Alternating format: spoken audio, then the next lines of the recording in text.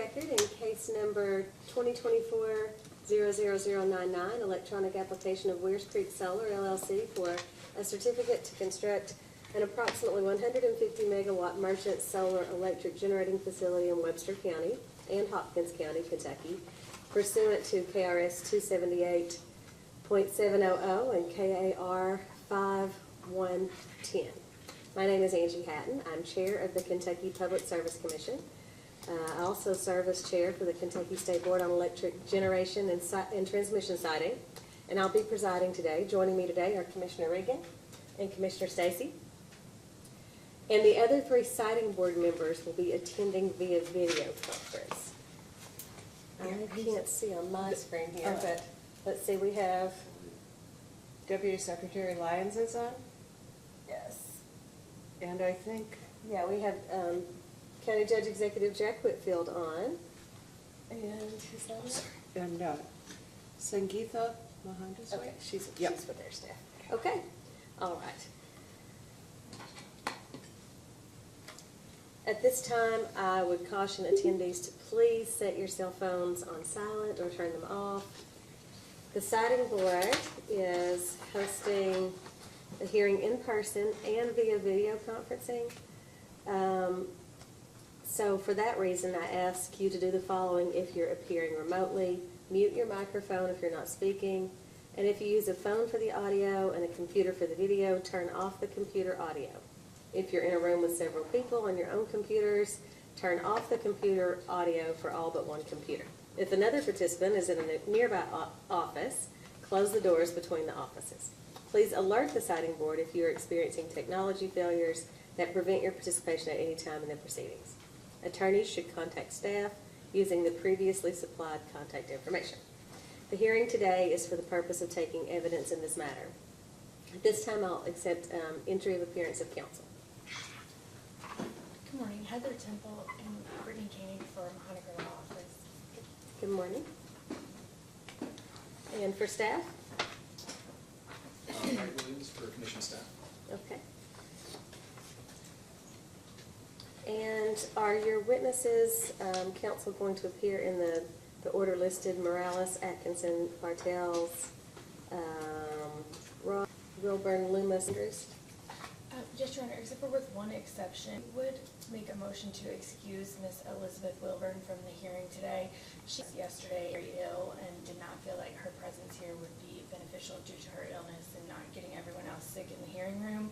We do, however, have, she was going to testify about the site assessment report. However, we do have Mr. Brian Bartles, who's already on the witness list, and Miss Atkinson, already on the witness list, who are prepared to take over any questions that would have been directed to Miss Wilburn.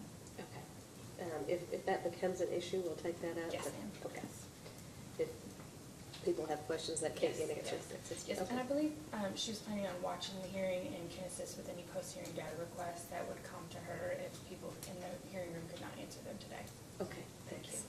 All right, I've been advised that public notice has been given and filed into the record. Is that correct? Yes, public notice was given October 1st through 3rd in 3 newspapers and filed into the record on October 2nd. Okay, and I believe we have one outstanding motion. Yes, there's a motion for confidential treatment that's currently under review and approval for the siting board. Okay. At this time, we will move on to public comment. Anyone wishing to provide public comment may do so by coming forward and approaching the microphone. Looks like we have at least one. Okay, come on up to the microphone, sir. Will there be any others? There's nothing virtual. Okay. Then I won't limit your time, sir, and you can go ahead. If you have brought written comments, you can provide those to us before or after you speak. Yeah. All right. So first of all, let me just admonish you that you are being recorded this morning, and that I believe I recognize you from the public hearing, so you've Yes. given testimony already, but if you don't mind, please tell us again your name and your address before you begin. Gene Cole, 2106 State Route 120 East, Providence, Kentucky, Webster County. And I'm the pastor of Corinth Baptist Church, which is right next to the property, some of the property in question for this project. And I also have written comments that I'd like to read from Timmy Melton, who lives down the road from me. He spoke at a meeting the other night. If you don't mind, I would like for you to submit the written comments of Mr. Melton.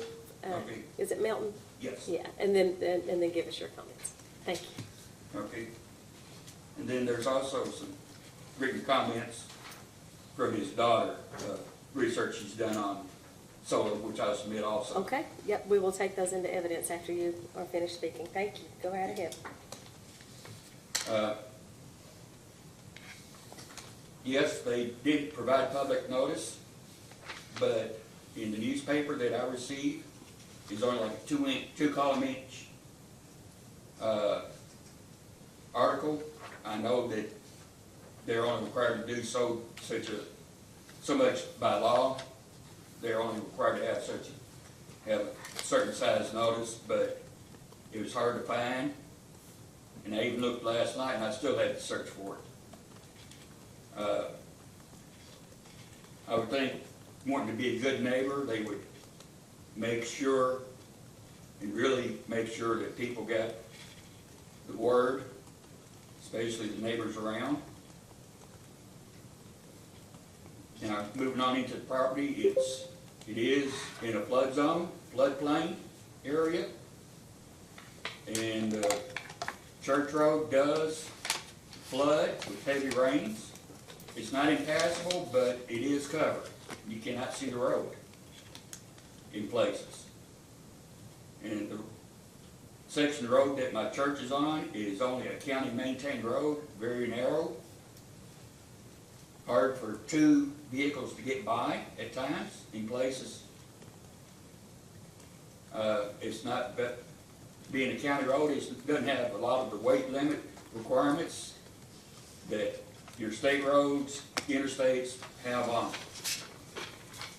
And so trying to move heavy loads across it, especially during construction, would deteriorate the road extremely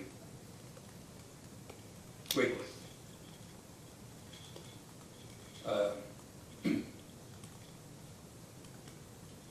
And I have gone online to the Weirs Creek Solar. That's on Facebook.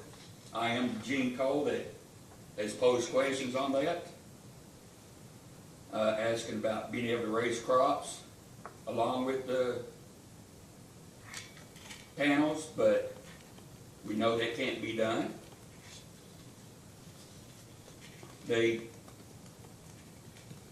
Webster County is not a agriculture or not a livestock producing county.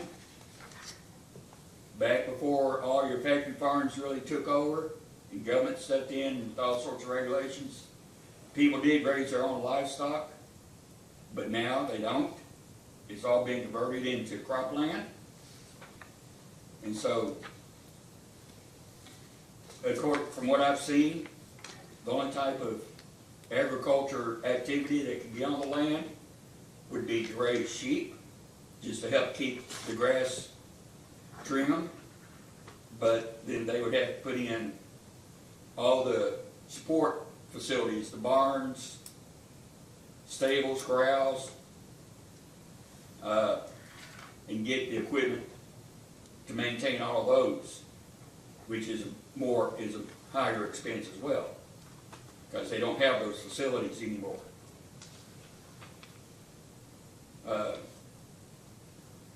The solar panels are hazardous waste. Despite what's being said, they are hazardous waste. They have to be disposed of in special landfills. And at the end of the lease, it's a 30-year lease. What happens if they decide not to renew the lease? They say they have provisions in the lease agreement that they are to return the land to the original condition or better. But what happens if they decide to declare bankruptcy? That all goes away, the way bankruptcy laws are written, because under bankruptcy laws, all contracts are null and void. And so, and there have been times when companies have declared bankruptcy and they've just left everything there, because under bankruptcy, they weren't responsible for it anymore. Which would mean the landowner would have to clean it up, and that's a huge, huge expense for the landowner to do. Especially when they're dealing with hazardous materials. And I've also heard that down in Georgia, there is a solar farm that has already been built, but it's not hooked up to anything.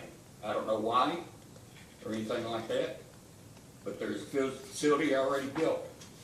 How it survived the hurricanes, I don't know what type of shape it's in, because I just heard that, I was just told that there is a solar farm and it's never been hooked up to anything to produce the electricity it's supposed to produce. And when this first started, we found out the company's coming out of Florida. Everybody around was wondering why. And well, these last 2 weeks answered that question for us. Because of the hurricanes, if they were down there, that farm would have been wiped out, that electricity generation would have been gone. And so they have to look outside their state to be able to get electricity instead of generating it in the state. And that's about all I have. All right. Thank you. Well, thank you for coming this morning. Do we have any, you're welcome to stay and listen, or yep. Right, would you mind taking that?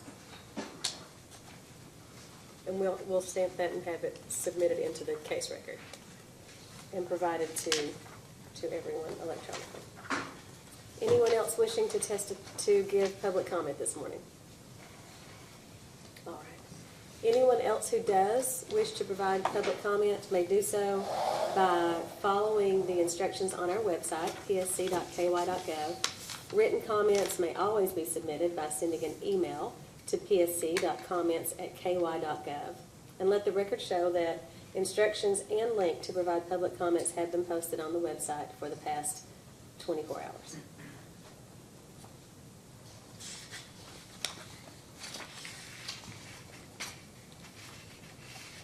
All right.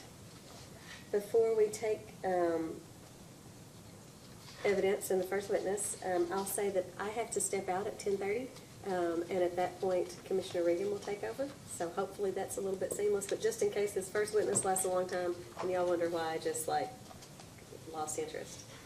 I didn't. I have another appointment at 10:30 and we'll be back around 12:30 if this is still going on at that time. So, counsel, at this time, you can call your first witness.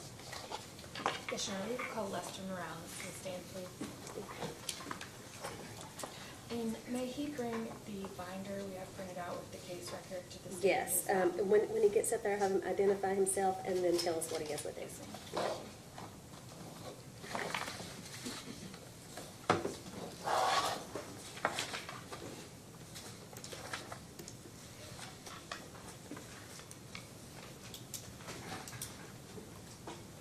Good morning. Good morning. Would you raise your right hand, please? Okay, do you swear or affirm the testimony you're about to give is true and correct under penalty of perjury? Yes. Okay, and tell us your full name and business address for the record. Lester Morales, 700 Universe Boulevard, Juno Beach, Florida, 33408. Okay, and you might need to speak up some, but tell us what you brought with you this morning.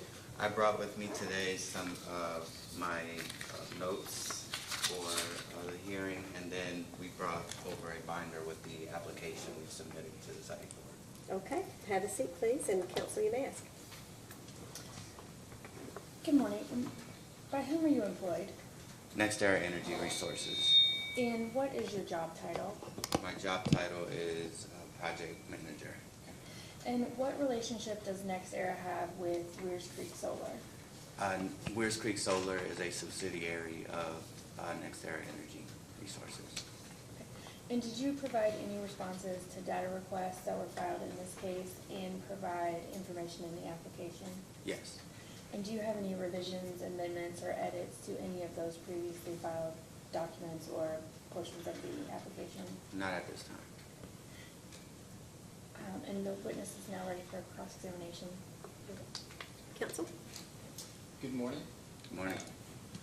Now, if you need me to speak up or anything, you can't hear me, just let me know. And if there are any questions that I ask that would be better posed to another witness, just let me know who that is, and I can move on with the question.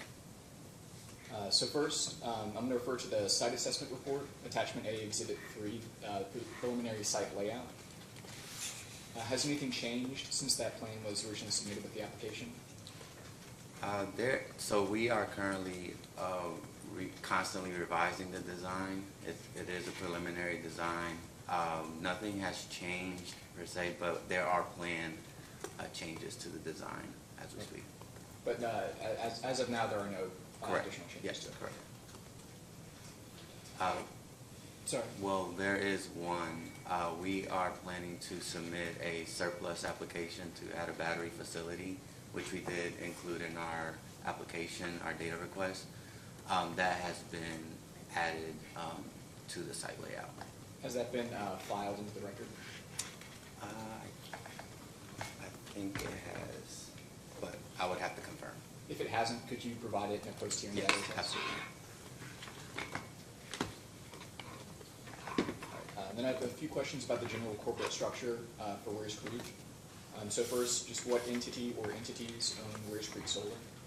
I would be willing to go into detail in a post data request on that one. However, Weirs Creek Solar does not have any direct employees. It would be managed by the parent company, NextEra Energy, who would be responsible for the compliance of all permits and laws and regulations. So NextEra Energy would be responsible, if this construction certificate is granted, NextEra Energy would be carrying out the construction phase of the project. Yes, and we will keep representatives on site, and just NextEra Energy will be overseeing all permitting and compliance efforts.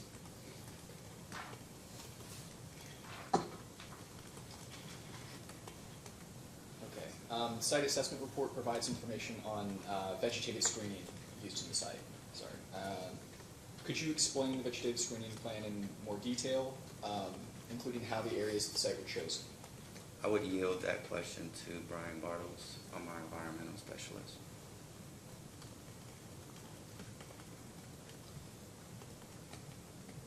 Would you say the same for all vegetative screening, any vegetative screening questions? Yeah, we're across the preliminary site layout. We show about 11,000 feet of vegetative screenings. Now the details on those screenings, that's what I will yield over to our environmentalist. Okay. Can you tell me when the landscaping for the vegetative screening is proposed to be done during construction, whether that's before, during, or after the construction phase? Yeah, something that's consistent on the application is that we are awaiting to contract our EPC, our engineering, procurement, and construction contractor. Once that organization is identified and awarded and contracted, we would have those type of details for the construction phase, installation, design, finalization. Those details will be, we'll collaborate closely with the EPC at that time. So we don't have that at this time. Okay. Have there been any requests to change vegetative screening from non-participating landowners? No.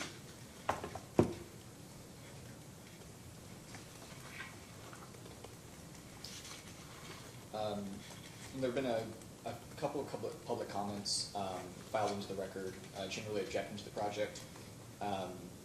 So first, will the vegetative screening fully shield these properties? I can get the exact addresses, but. And the goal, I believe the regulation is we'll be screening all residential occupied structures, and that's what we'll be committing to.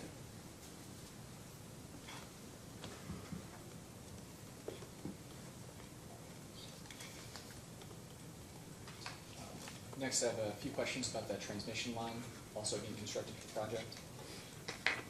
So the application states that a 0.85 mile transmission line will be built in conjunction with the solar facility and will connect to a transmission line owned by Big Rivers Electric Corporation.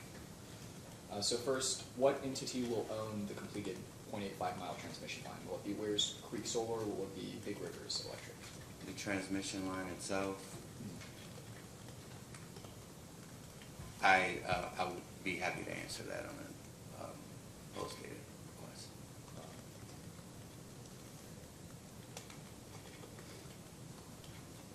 And do you know, I guess, which entity would be paying the interconnection cost between the NextEra. also post-hearing? No, NextEra will NextEra. pay the GIA milestones.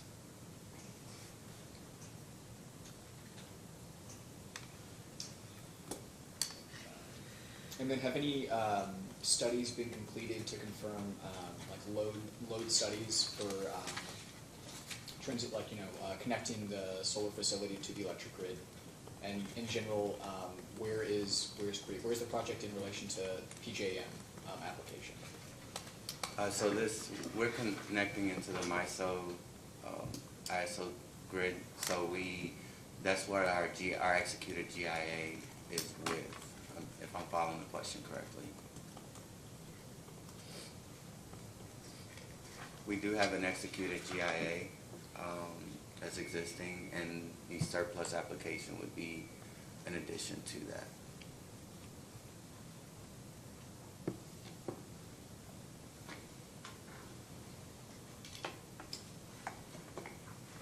Okay, so I'm going to move on to the subject of roads. So in response to staff's first data request, item 11, it was stated that Weirs Creek has had initial discussion with the Webster County Roads Department, but not with Hopkins County, though the plan was to have further discussions in the fourth quarter of this year. Have any additional discussions taken place, or are they planned to take place? What's in the application is still accurate. Once our EPC is on board, we will tackle the road discussion more in detail. We have sat down with the judge executive in that county and explained our plan to him. Likewise, in item 11 to the same data request, Weirs Creek anticipated communication regarding permits with the Kentucky Transportation Cabinet to occur in the fourth quarter of this year. Have any additional communications with that department taken place? Not at this time.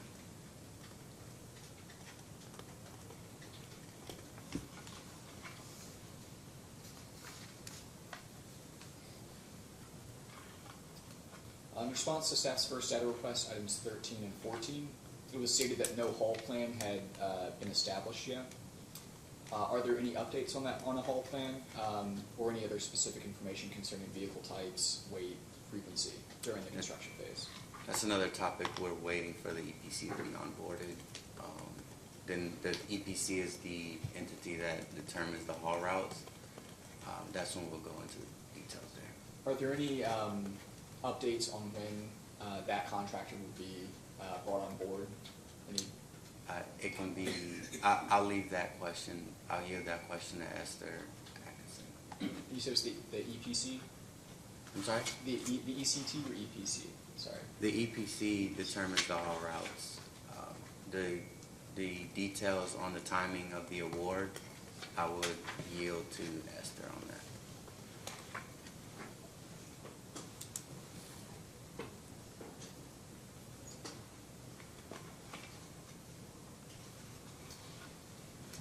Move into the topic of environmental concerns. So in response to staff's first data request, item 34, Weirs Creek states that the applicant will conduct additional geotechnical surveys in the project area prior to construction to mitigate issues from potential underground mines found throughout the project site. Is there any update on the timeline for potential geotechnical surveys? I would yield that to Brian Bartles.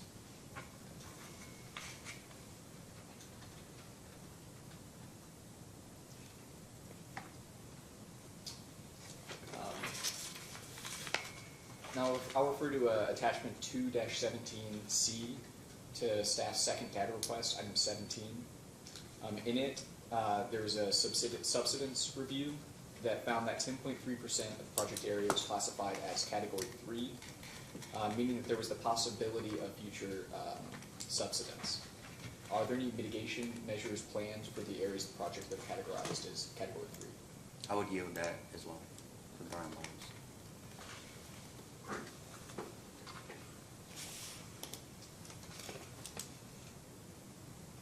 In response to staff's second data request, item 18, it was stated that mist netting was unnecessary to identify endangered bat species in the area due to Weirs Creek's timeline for tree clearing. Could you elaborate on those mitigation measures? Any mitigation measures being taken to preserve potential endangered bat species in the area? I would yield that also to Brian Bartles. We will try to stick. We will stick to the window for tree clearing.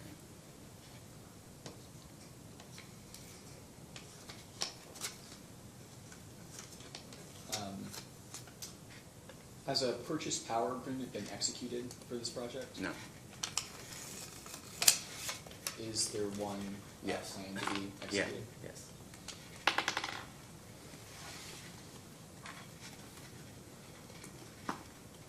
And is that with Big Rivers Electric?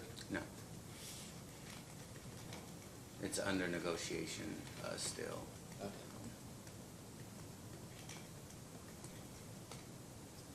If I ask for more information in post-hearing data requests, would you be able to provide that? Yes.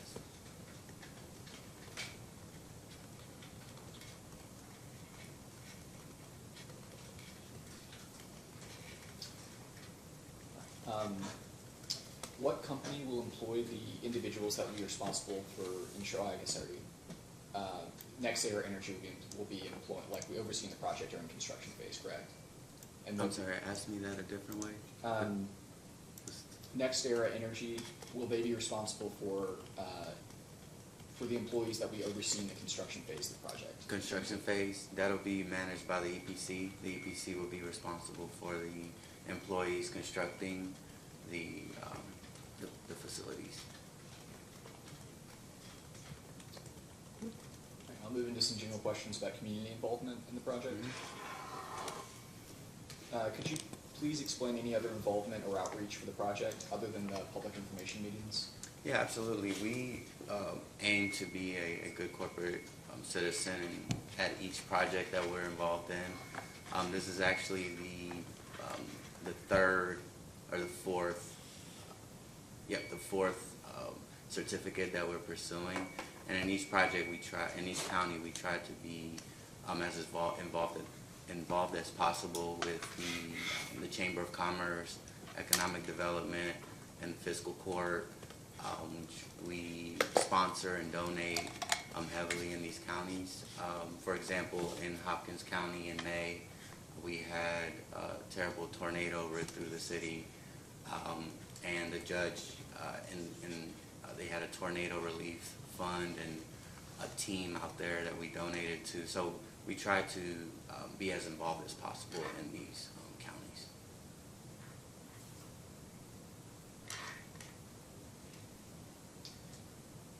Have you fielded any complaints or concerns by non-participating landowners? Yes, unfortunately, we had one, and I think his name was mentioned earlier.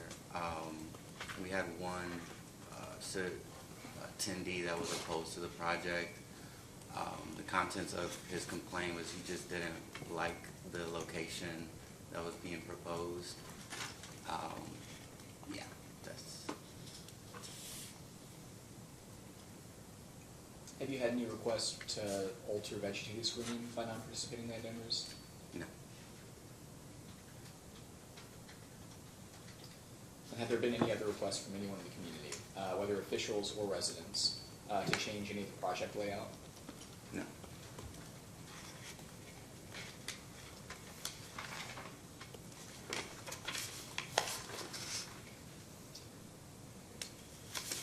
We're going to move into some of the noise area. I know there's another witness that's going to speak Yeah. specifically to the noise. I'll try to answer as best as I can. In the event I can't answer, I'll yield to Esther or Brian Bartles.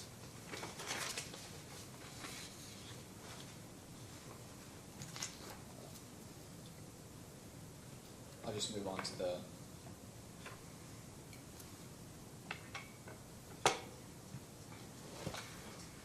and the same thing for economic impact questions. I can respond to those, and we have our consultant here as well.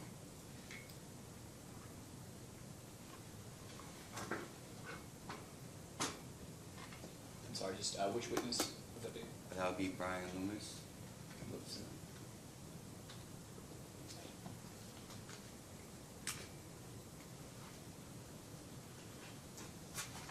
I have a few questions about the decommissioning plan of the facility. Exhibit A to the site assessment report contains the decommissioning plan. Is this the final decommissioning plan? No, Are there any updates to the decommissioning plan at this time? not today.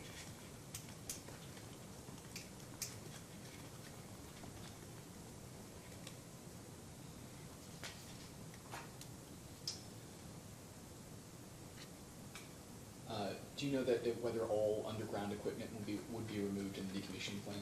Yes, they will.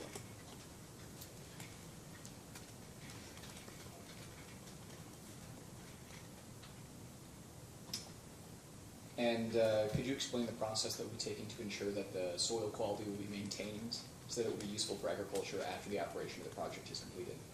Yeah, that'll be another question. However, we will not be applying pesticides or chemicals to the ground throughout the life of the project. So essentially, there'll be 30 plus years of the ground or the topsoil not being touched. And in most cases, the ground is in better condition than it was when we installed the equipment. That concludes my questions. Thank you. Okay, now we'll move on to our participants who are remote, and I'll start with Deputy Secretary Lyons, if you have any questions, sir. Thank you, Madam Chair. Mr. Morales, good morning. I just have one question regarding the public comment that was made regarding some of the area that floods. Have you all done an overlay of the project area with Division of Water's floodplain portal to see if any of the area does lie in, the 100-year floodplain? Yes. What were the results of that? Because I'm looking at the map myself compared to the floodplain portal, and it does appear that a substantial portion of the project area is in 100-year floodplain. Now, I don't see necessarily where the solar panel array will be on that particular map that I was looking at, but it does appear that a substantial portion is in the 100-year floodplain. Thank you for that question. I would yield the details of the survey to Brian Bartles. The question to Brian Bartles, we have done our research on the floodplain, and we've done wetland delineations. In terms of the actual panels being in a floodplain zone, we would follow any permit requirements that we would have to pursue based on the law. But in terms of the actual survey and what its contents, I'll yield those questions to Brian Bartles. Okay, thank you. Thank you, Madam Chair. That's it. Okay, and now I'll move on to Judge Jack Whitfield. I had a couple questions, Esther. One, I've had a few comments from citizens concerning wildlife in the area and the fencing around the facility. Can you describe what areas would be fenced off? Is it just going to be transmission facilities, or will the entire solar field have fencing around it? The entire solar field, including the substation and the battery facility, will be fenced. Any idea how tall those fences would be? I believe it's 7 feet tall. Okay. And then what, from the drawings, what's the closest you would be with panels to any residential structure. Can I refer to my notes? I have those setbacks here. Yes. I'm sorry, I didn't realize you were talking to me. Absolutely. You can refer to anything you brought Thank there you, with you. thank you. So I have the distances from non-participating residences. Based on our preliminary design, our nearest residence from solar panels is 297 feet. The nearest inverter from a non-participating residence is 836 feet. The substation, 876 feet. The next nearest non-participating resident is about 2,400 feet away. And then for our battery storage, proposed location, 1,100 feet from the next, from the nearest non-participating resident. So we are pretty far, our facilities are pretty distant from non-participating landowners.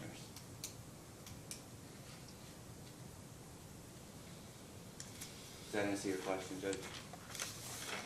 Yeah. What about, have you worked with any of the soil conservation services to make sure that you keep erosion under control under these panels? I will yield that to Brian Bartles, but yes, we would consult with all agencies, local and state. That's all. Okay, thanks, Judge. Is Jansen Hammock online, our member from Economic Development? Okay, I see someone I don't recognize on here, but.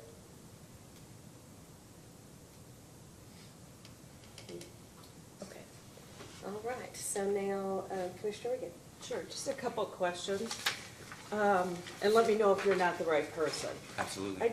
I just want to walk through a little bit about Weirs Creek Solar applied for the permitting, correct? Correct.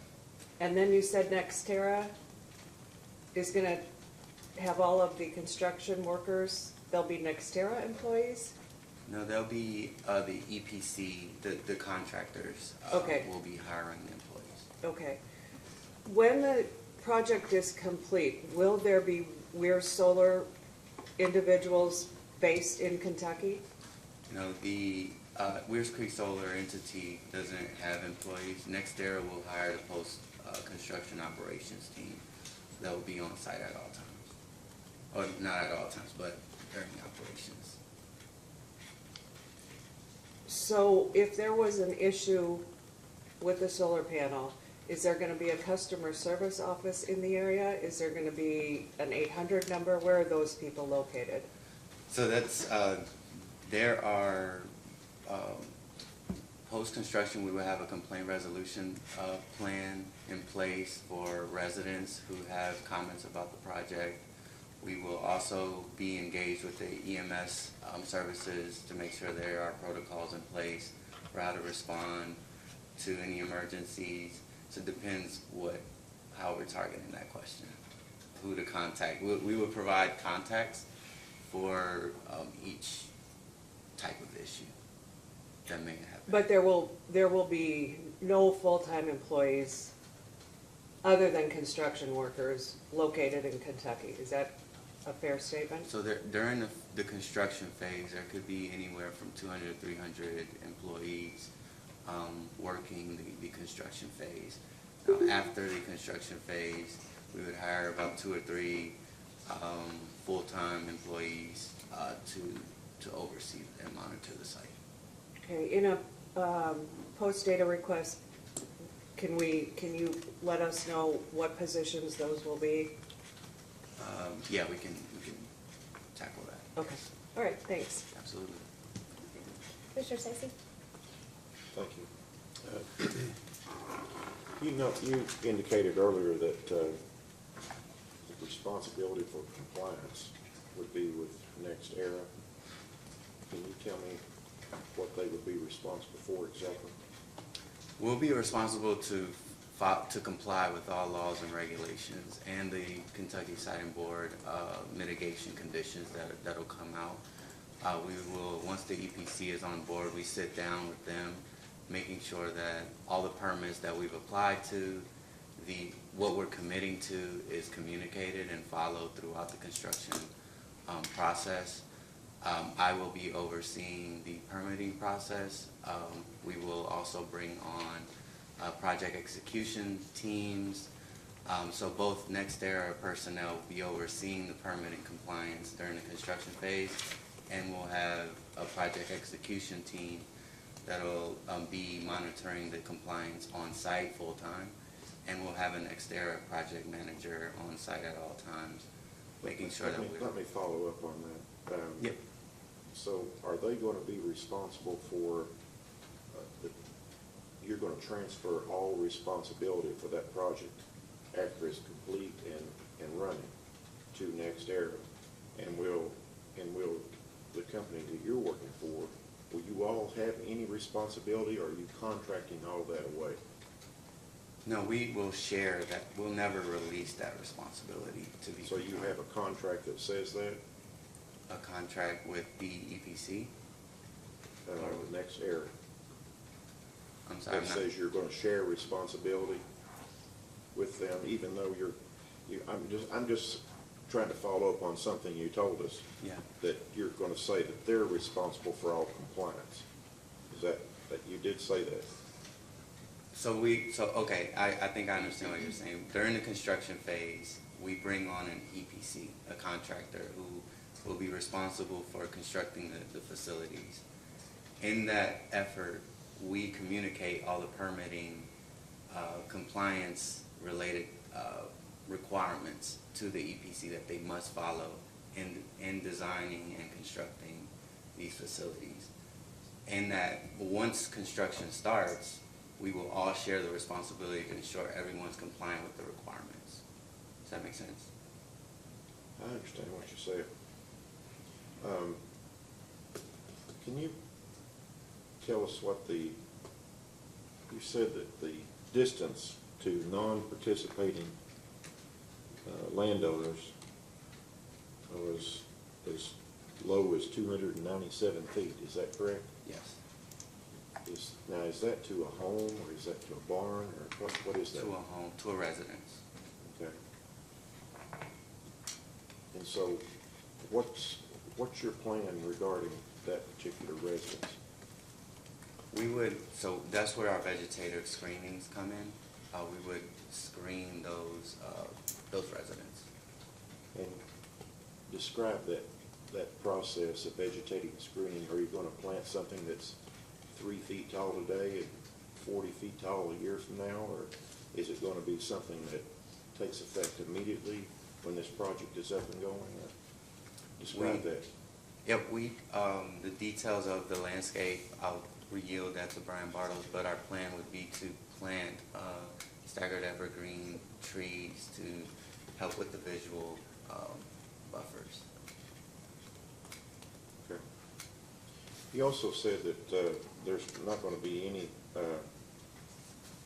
herbicides sprayed on this property during the lifetime of this. How do you control the vegetation without in this project then? That's another. I'll yield that to Brian Bartles. Okay. Can you talk about, is there going to be some earth moving in this project where you raise some places and lower some places, and There will be grading involved. do you know how many cubic yards or how many yards of earth is going to be moved during this project?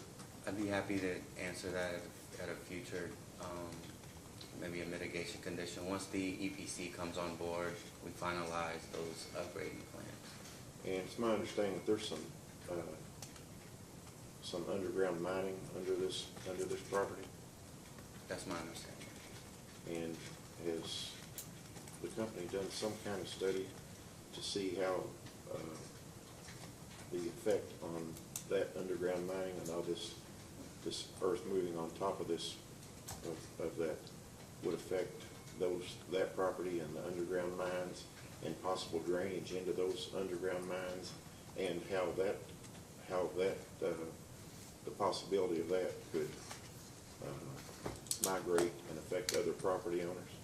Yeah, we've taken several efforts on that. Number one, from a mineral rights ownership standpoint, we're going out to the owners of those rights, ensuring we have non-disturbance agreements with them. Secondly, we have done our geotechnical surveying that will be considered in our final design. You know, I'm not sure of this, but, you know, this may not be a mineral rights issue with that. It could be that I'm just throwing out an idea to you and to get your response. If the project did cause water to migrate into an underground mine and it came out on a adjoining landowner somewhere, regardless of whether there was a mineral rights or not, that landowner could be adversely affected. And, Yep. and do you have some studies that you can show the commission that on the possibility of any effects like that? Yeah, that is actually a good point that you make. We do pursue a stormwater permit that will consider all of those details. But in terms of that permit, that's another thing I will yield to Brian Bartles. Okay. Thank you. Okay, good morning. You were saying that Weirs Creek Solar LLC is a subsidiary of Nexera, sorry, and you don't have any direct employees of Weirs Creek Solar. Correct. Okay. Does Weirs Creek Solar LLC have any assets?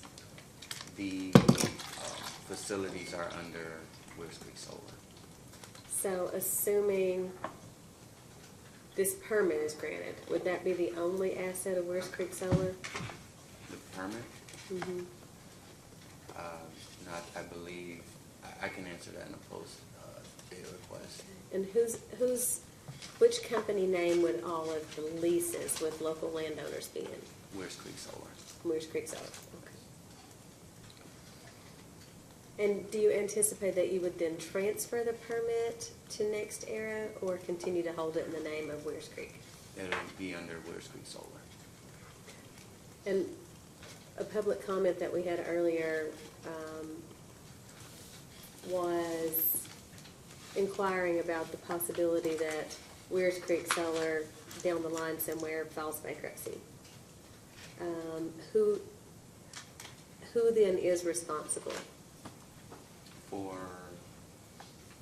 all of the requirements of the permit and the leases?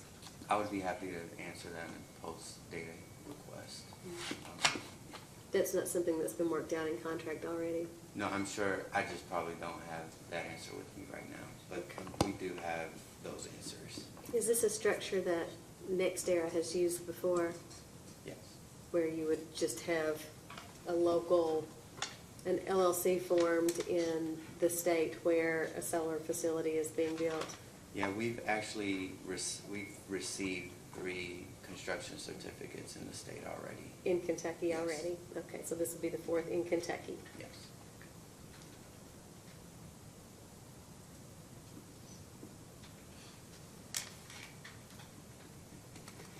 So flooding has been a real issue in Kentucky in recent years. Maybe not quite so much in these couple of counties, but it's an increasing worry.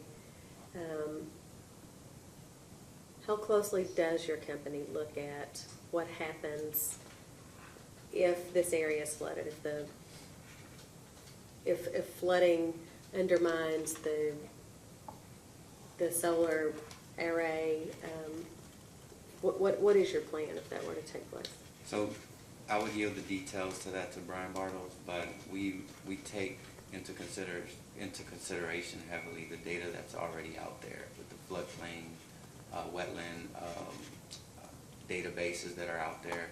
All of that is considered into the permits that we take out in the survey reports that we receive from our consultants. Mm-hmm. Commissioner Stacy asked you a little bit about the mining that's on the property and what happens if that floods. I understand from the documents already filed in this case that the underground mines are about 300 to 400 feet underneath the solar array. And I believe this was, that these areas have pillars still in place for the underground mine, I believe. Other facilities that wanted to locate in Kentucky on former locations of underground mines experience serious subsidence. Due to the underground mines collapsing once additional weight is put on them. Do you know whether that's been studied for solar panels? I can answer that in a post data. It may be that they're not heavy enough to cause that sort of pressure, but. Yeah, I'm sure we've done the research. I just don't have that answer for you right now.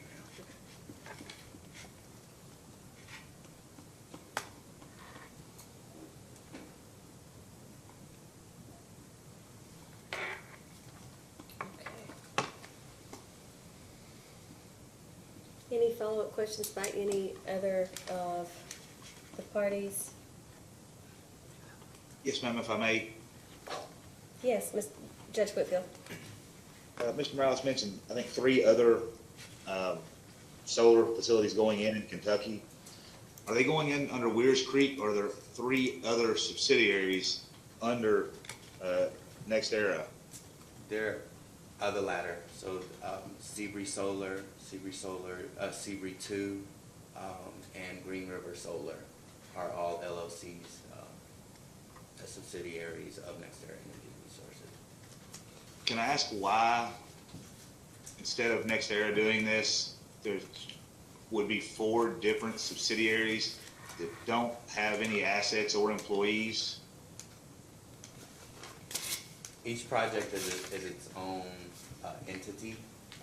That's why we approach it that way, but I can answer more specifically in the data request.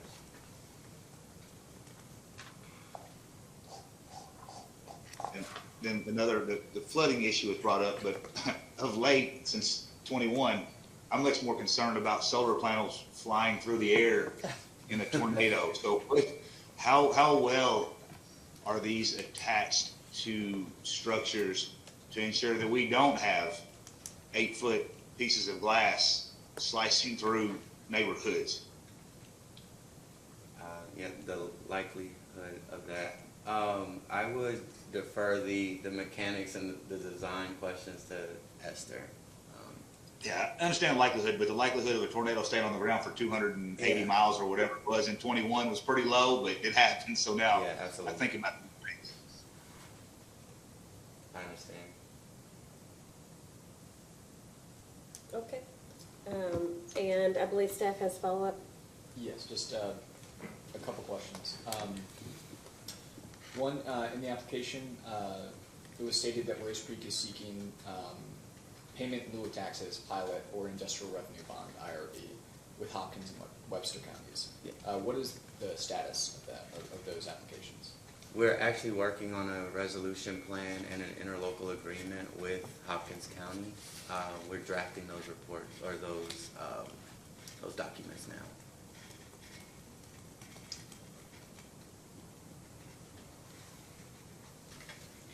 And then one follow-up question on the status of the connection to the MISO grid. Misspoke and said PJM, but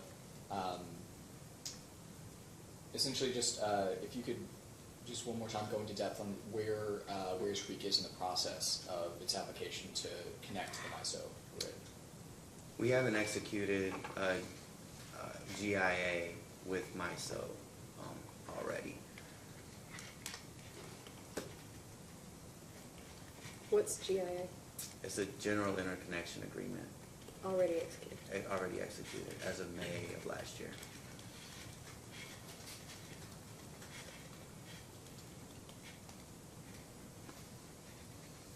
All right. Those are all the questions I have. Okay. Any redirect? No, ma'am. Okay. All right. And Madam that- Chair, Yes. I'm sorry, I didn't get off mute in time to. Oh, no problem. Go ahead, Deputy Secretary. I did have one additional question, and it goes back again to part of the public comments. Mr. Morales, can you speak to the toxicity or hazardous waste characteristics of a solar panel? I would divert to our engineering team on those questions. All right, thank you. All right. So since this was lead witness, I'll ask that he not be excused and remain for the entire hearing. But you may step down, sir, Thank you. and you can call your next witness, counsel. Yes, please. Can I call Esther Atkinson, please?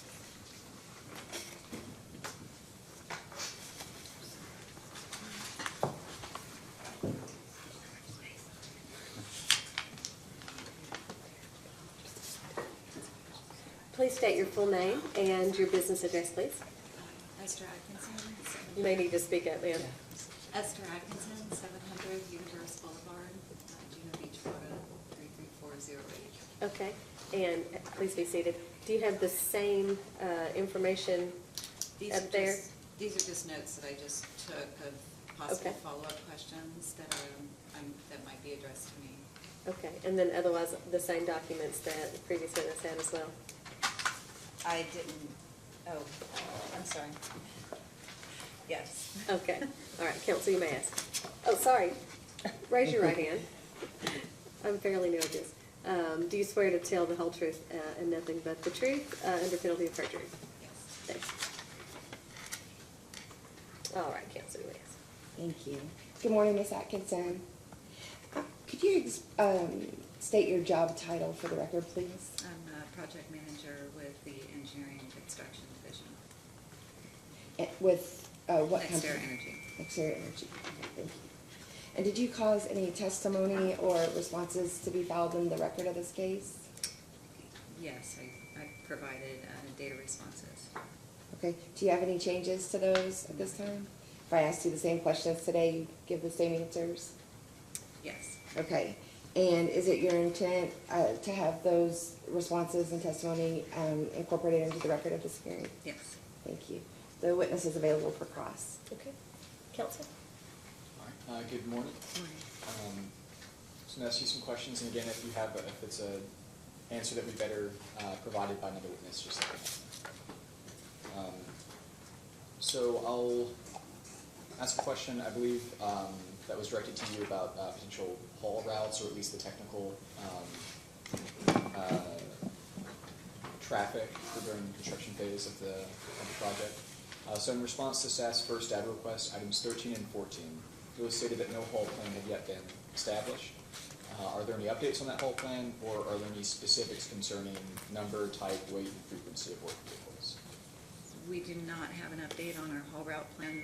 That will come once we hire. I'm sorry, I'm gonna have to ask you to speak up or sit closer to the mic, or maybe it's just interference, but we're having trouble hearing you. Sorry. I'll restart. We haven't updated our haul route plan, or we don't have a haul route plan designed at this time. Our our EPC, engineering, procurement, and construction contractor, will design that plan once they begin their detailed design. So the haul routes that they will design around many of the weight and road requirements of the area to not obstruct any facilities in the region. And then referring to the site assessment report, attachment A, exhibit 4, specifically on noise, I was just wondering if you could elaborate on any mitigation measures that have been recommended for noise during the construction phase of the project. We do have several mitigation measures that we can employ. I think one that's been discussed is like a noise blanketing.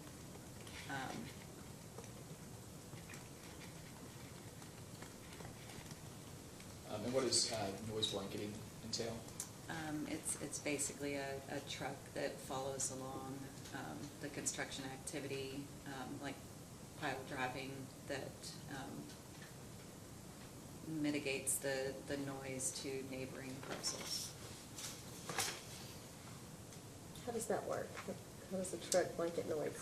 It's like I guess it absorbs the sound and possibly bounces it back in the direction of the location that the noise is being generated, rather than the adjacent neighbors or parcels. Is that a big screen or something? I wouldn't really know how to describe it. It's like a large board and foam mesh type structure A that is hauled temporary along structure? a tractor. I'm sorry, a temporary structure? It's temporary. Sorry, Councilman. And then, I believe, Judge Whitfield had a question, but just generally about the solar panels in the case of tornado or inclement weather. So if you could just detail how the solar panels are installed and what safety measures are made to ensure that they are secure. So we don't have a final structural plan. The EPC will design that. We do, however, have substantial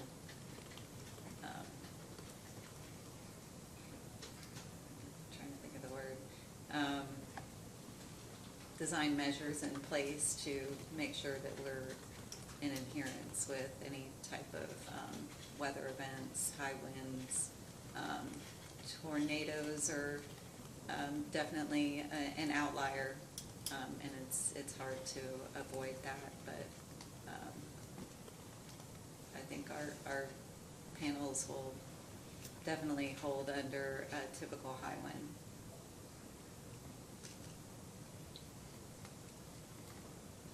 That's all the questions I have.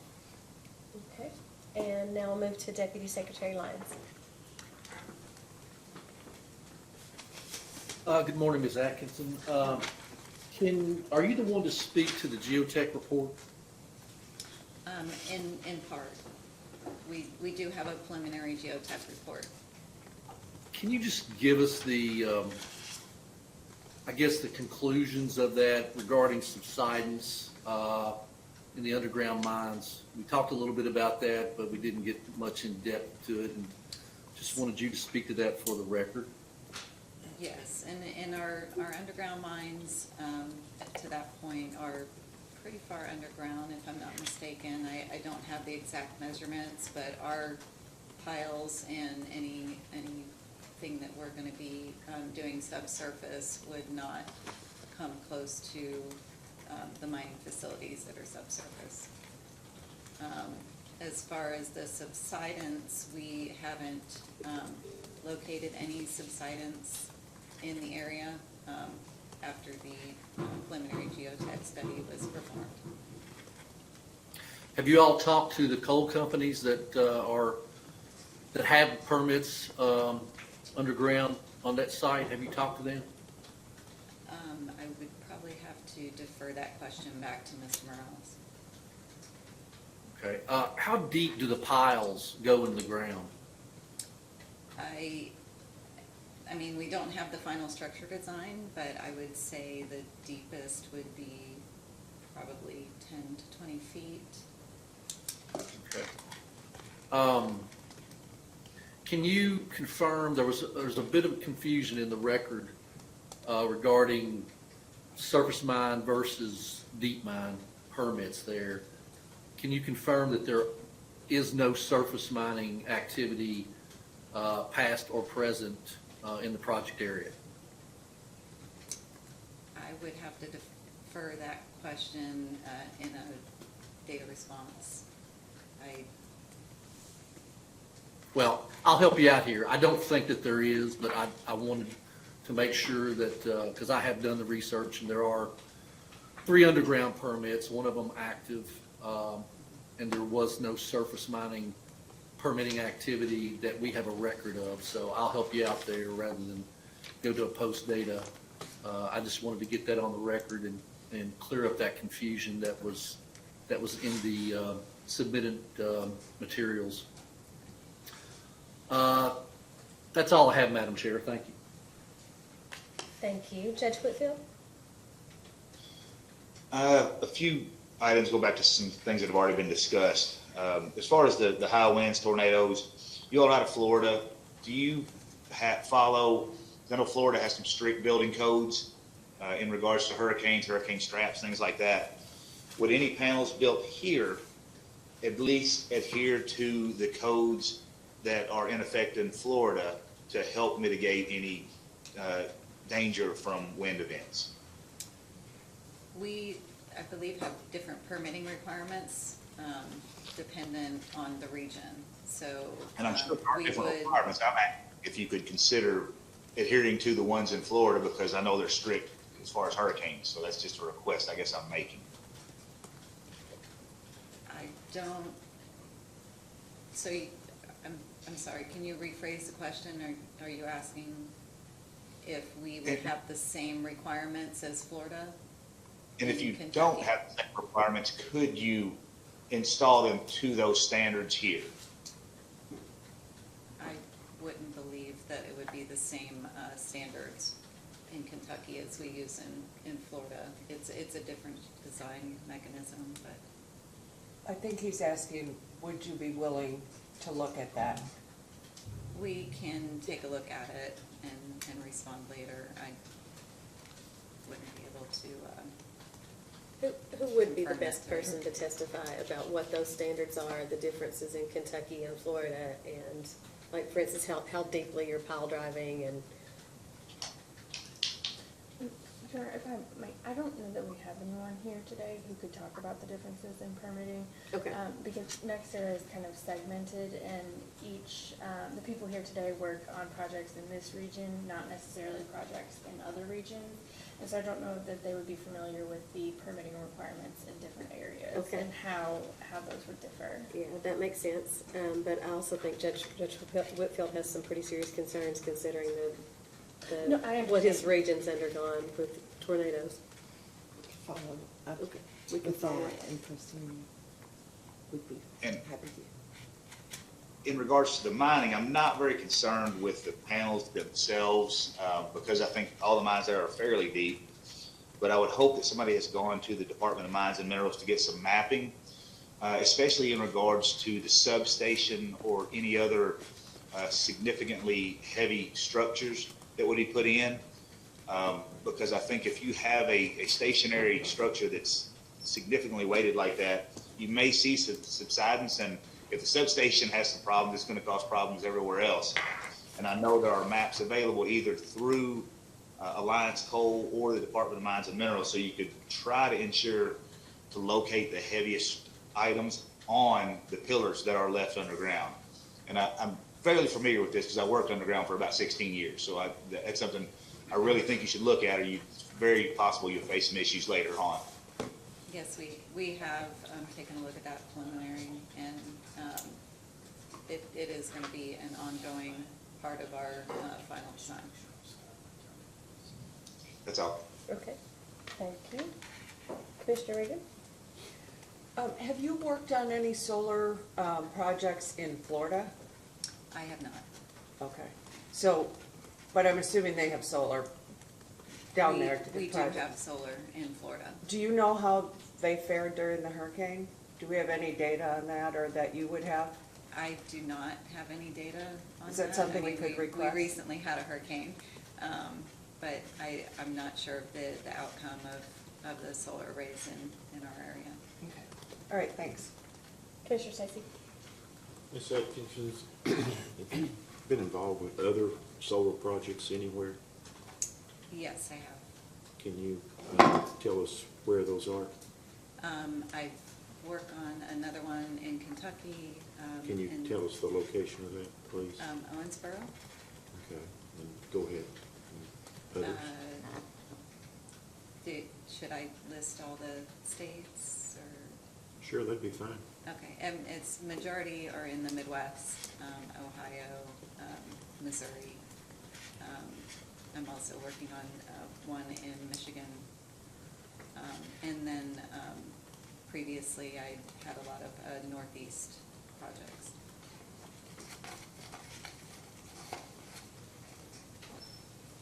So, on your, are all those some or all those projects, are they completed and operational? The ones that I'm working on currently are still in development. And then previously, yes, most of them are in operation today. There, okay. So you were asked earlier about your haul route plan. Yes. Can you give me an example of what your haul route plan might be on a small rural road in some of your projects that you have worked on previously? I may need to defer that question, or if you could rephrase it. Well, when you said that you named a number of other solar projects that you have worked on around the country, and one of those things that you was, they deferred to you on was about the haul route plan. Can you describe the haul route plan that you have used in previous projects that are completed and now operational? Can you describe that plan? I can comment high level, but I can't describe the individual haul routes. Our EPC is the one that designs the haul routes and provides it for permitting review, but I usually am not involved in that final process. Can I interrupt you just 1 second? Yes. Can you tell us what things are involved in that plan? Just in a general, what is involved in developing that plan? As far as the weight restrictions and height Just restrictions? all the issues that might be, that might damage adjoining landowners or a local municipal or county government regarding those roads. Mhm. Can you give us any information about what you've done in the past to alleviate problems with those entities? I may need some assistance on this And question. Commissioner Stacy, we do have a witness, Mr. Andrews, who will be testifying later, and he is prepared to answer all these questions about the haul Okay. routes and how NextEra will make sure there are no issues with any of the roads in the counties. Okay. Ms. Atkinson, can I ask you another question? You talked about the mitigation measures for noise. I don't understand the answer at all, but that's maybe my problem rather than yours. But what about your mitigation measures for dust? We have dust mitigation measures in our EPC contract, so they are required to control any fugitive dust that's during construction. And who's required to do that? The EPC that Weirs Creek Solar will hire. Our engineering procurement and construction contractor on site during construction. New Era, are they involved in that? I'm sorry. New Era, are they involved in that? NextEra, Next Era, I'm sorry. we will have on-site personnel overseeing the EPC, but the EPC is responsible for that.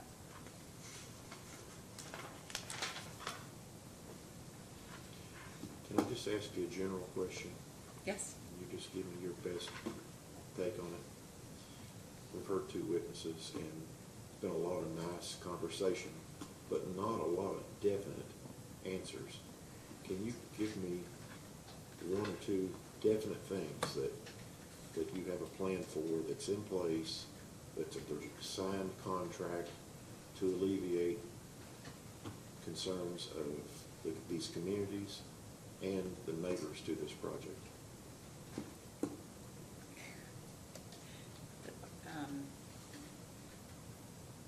take your time. I'm not trying to put you on the spot at all. It's just that you understand the question. You know, he deferred to you and you deferred to someone else, and I just want to see if there are some definite answers to some of the issues that people have. Okay. Is there a specific concern that you'd like me to No, I address? just want you to tell me, yes, we've got this issue worked out, and we have a contract, and this takes care of it. So we don't have our EPC contract in place yet. So I can't honestly say that we have that contract written. I mean, we have a standard scope, and we know what those standard scopes have that are not gonna go away. Well, Miss Atkinson, you're a very nice person. I can tell that by talking to you, but that's, I wish we had more definite answers. Wait just a minute. I'm sorry. And I know we'll get to that, but I'm not trying to put you on the spot, okay? Okay, thank you. Eva, you have something to say? I was just gonna say, again, Mr. Andrews, who is prepared to testify today, will be able to answer some questions about the specific role NextEra will have with the contractor in ensuring the contractor complies with all mitigation measures from the siting board. Okay, thank you.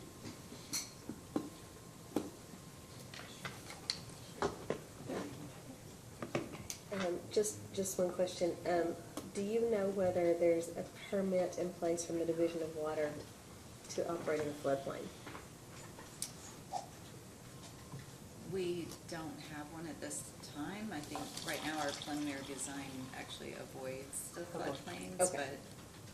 but we will acquire one if necessary. Okay. So, if there is area that's covered by floodplain, within your overall leases, the construction areas will avoid those areas. Currently, but we don't have a final site plan, so Okay. we would acquire a permit if we need to. Okay. All right. Brittany. I don't believe we have any for Ms. Atkinson. Okay. Anyone else? Nope. Deputy Secretary, Judge? I think I did want to follow up on a couple of comments from Lester's testimony.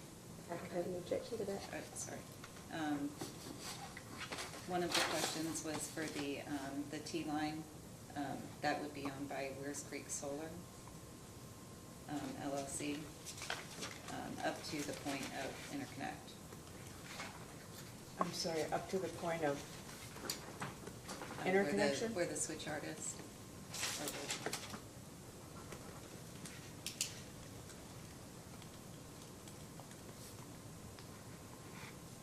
Or Was there something else you wanted to follow up with? I think the remaining was already addressed. So just the ownership of the transmission line? Yes. Okay. Okay, if nothing further, you may stand down. And counsel, call your next witness.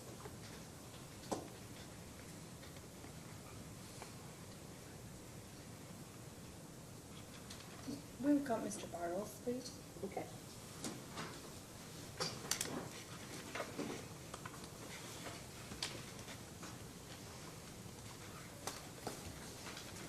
Please raise your right hand. Do you swear or affirm the testimony you're about to give us is true and complete under penalty of perjury? Yes. All right, you may have a seat. Please tell us your full name and business address. Brian Bartles, 700 Universe Boulevard, Juno Beach, Florida, 33408. Okay. And counsel, you may ask, and then I'm going to step out and let Commissioner Regan. Yes, ma'am. Mr. Bartles, by whom are you employed? NextEra Energy Resources, And what is your job title at NextEra? Senior Environmental Specialist. And have you had any involvement in the Weirs Creek Solar project? Yes. And have you provided responses to data requests and information in the application in this matter? Yes. And do you have any revisions, amendments, or edits to any of that previously filed responses to data requests or information provided in the application? No. And do you adopt those responses today? Yes. And I don't have any other questions for Mr. Bartles unless you would like me to go over some of the questions that were referred to him, or if you would like staff to go first.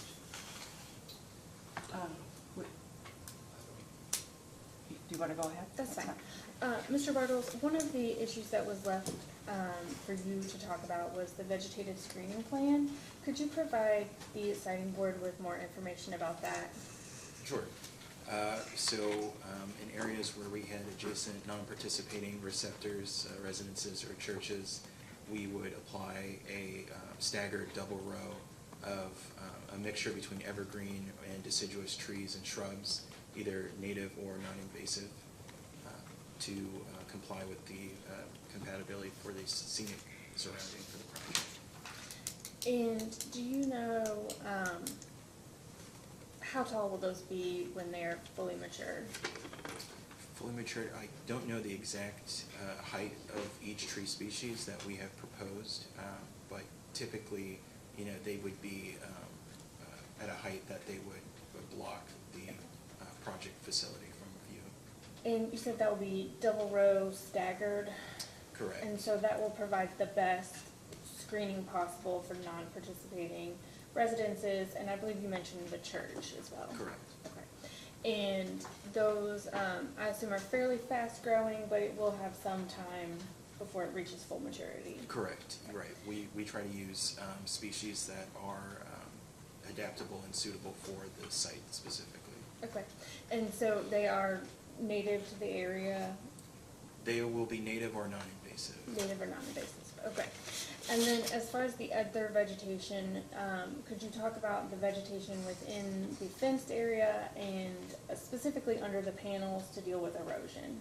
Sure. So we typically employ a low-growing perennial seed mix, usually cool season grasses and forbs, under the panels and throughout our ground, throughout the array area. And that ground cover helps with erosion and sedimentation control and the absorption of water that may occur. And so I believe there have been some public comments about livestock, and there are some solar facilities that do use livestock, but that is not planned for this project. Correct. We do not. And so how will the ground cover be maintained? We typically employ mowing Okay. during operations. And then another issue that was left to you was about the fencing. Could you explain the fencing that surrounds the project as a whole and then around the substation and battery storage? Sure. So within the project area, generally, we have a 7-foot chain link fence, and then for the substation, we have that 7-foot chain link fence and then a foot of barbed wire. And are there some special ways the fencing can be installed to prevent wildlife from getting caught in it or anything like that?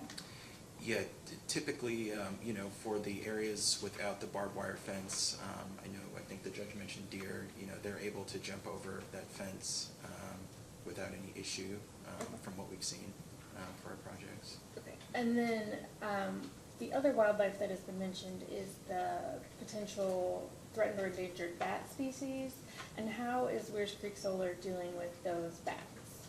So we performed desktop reviews using the Fish and Wildlife Service and the Kentucky Bat tool, as well as a biological habitat assessment to identify any potential areas. And those areas, we have roughly 11 acres of trees that will be cleared on site in upland areas. And we will clear those trees during the November 15th through March 31st window that the Fish and Wildlife Service has identified to avoid any adverse impacts to those bat species while they are, in their hibernacula for the winter season. Okay.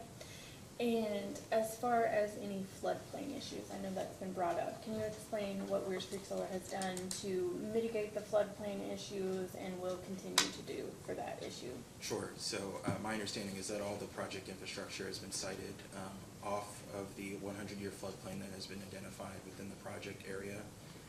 If we do, for whatever reason, as the design gets finalized, when the EPC is onboarded, have to place infrastructure within the floodplain, we would coordinate with the Division of Water to get all necessary permits.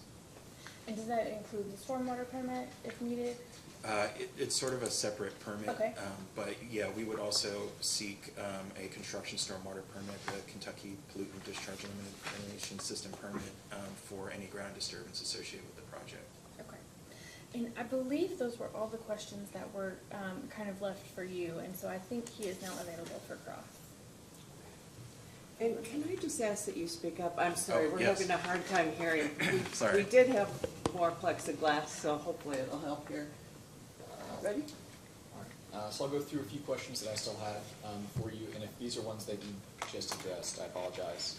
I believe I got everything, but if I didn't. Okay, first, so for the subsidence review that found that 10.3% of the project area was classified as Category 3, meaning that there's the possibility of future subsidence due to underground mining. I was just curious what mitigation measures were planned for that area of the project. I guess I can't speak specifically to that area. I would say, generally speaking, with the ground cover seed mix that we would use, that would prevent a lot of the erosion and sedimentation control issues that we would see with on-site runoff, water runoff.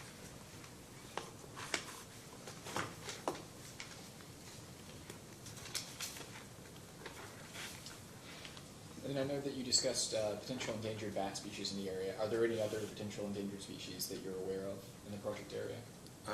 Not that I'm aware of that we would have an adverse impact to.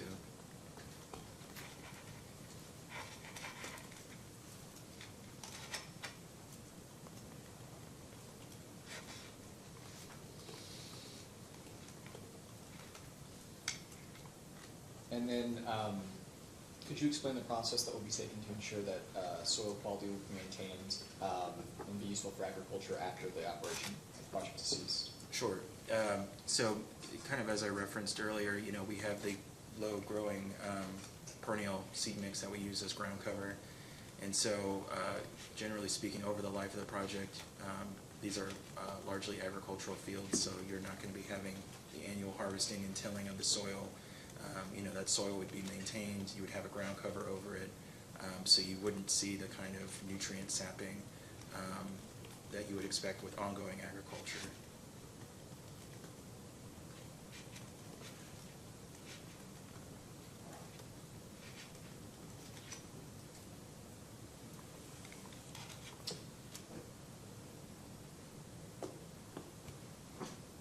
All right, that's all the questions I have. Deputy Secretary? Do you have any questions? Yes, a few, Commissioner. I think we probably went over most of the things that I had, but I wanted to follow up, Mr. Bartles, with the question on the toxicity or the hazardous waste nature of the panels. Can you tell us about that? I can't speak to the exact panels that will be used because we don't know what panels will be used at this time.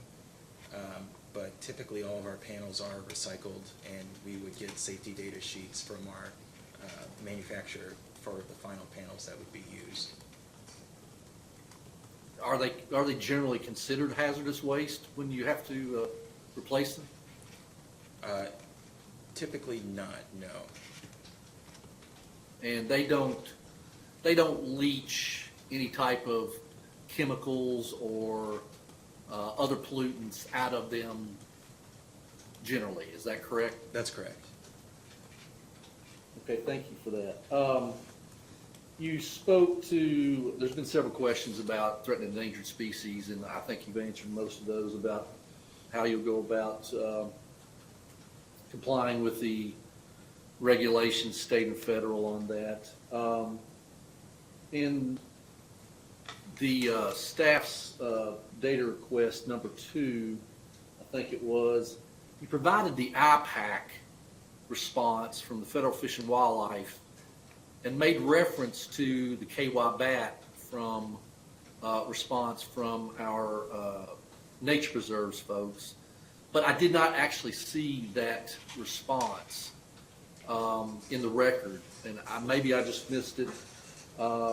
but it'd be nice if we could be provided that. Oftentimes, the KY bat identifies more specifically threatened and endangered species that the feds may not actually do. They don't go down as far in the weeds as our local folks do here. Can you summarize what the KY bat response said in terms of any threatened and endangered species that maybe the IPAC didn't cover? I don't know any discrepancies between the two database reports at this time. I'm happy to provide that as a post-hearing data request, but I don't want to give you any false information. I'm not sure the discrepancies between species covered from the KY bat versus the IPAC. Thank you for that. It's typically the difference is maybe threatened and endangered plants that could occur.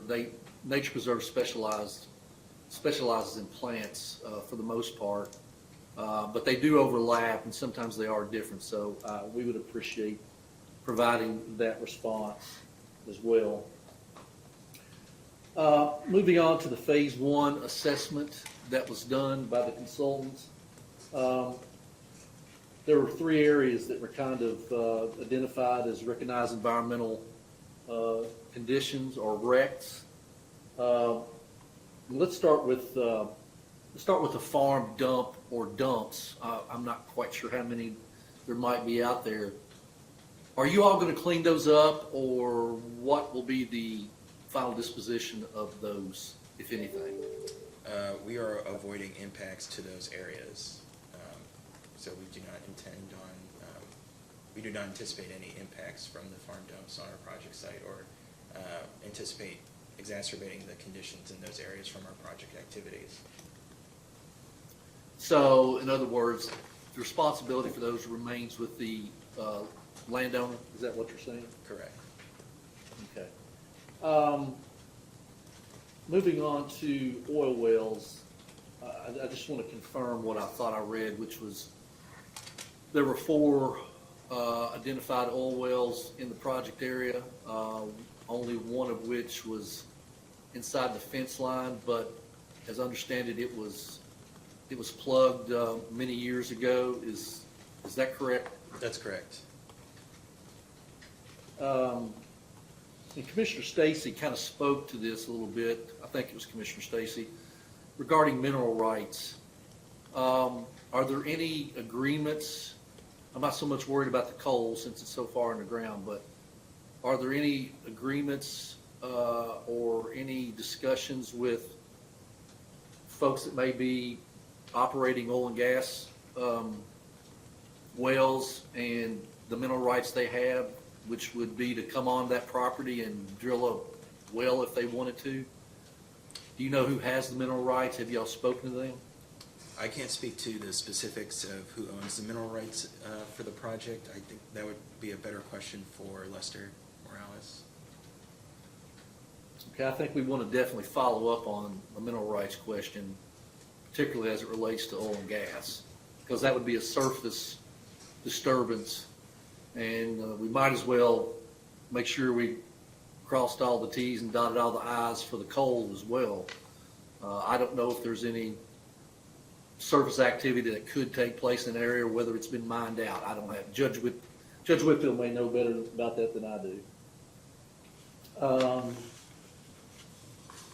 Also, I noted somewhere in the record about a couple of water wells on the property. Can you speak to that and what will be done with those water wells? Are they going to be used during the project? Are they going to be plugged? Are they within the fenced area?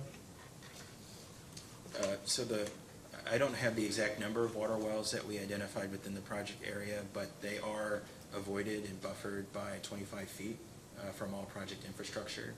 And the decision on whether or not to use those water wells during construction would be left to the EPC, whether they would use that and apply for the appropriate water withdrawal permits from the state, or potentially bring water off-site to use. So if you do a buffer 25 feet around them, I mean, that just means you're gonna leave them in place as is and not plug them? Typically, we would avoid them, right? Okay.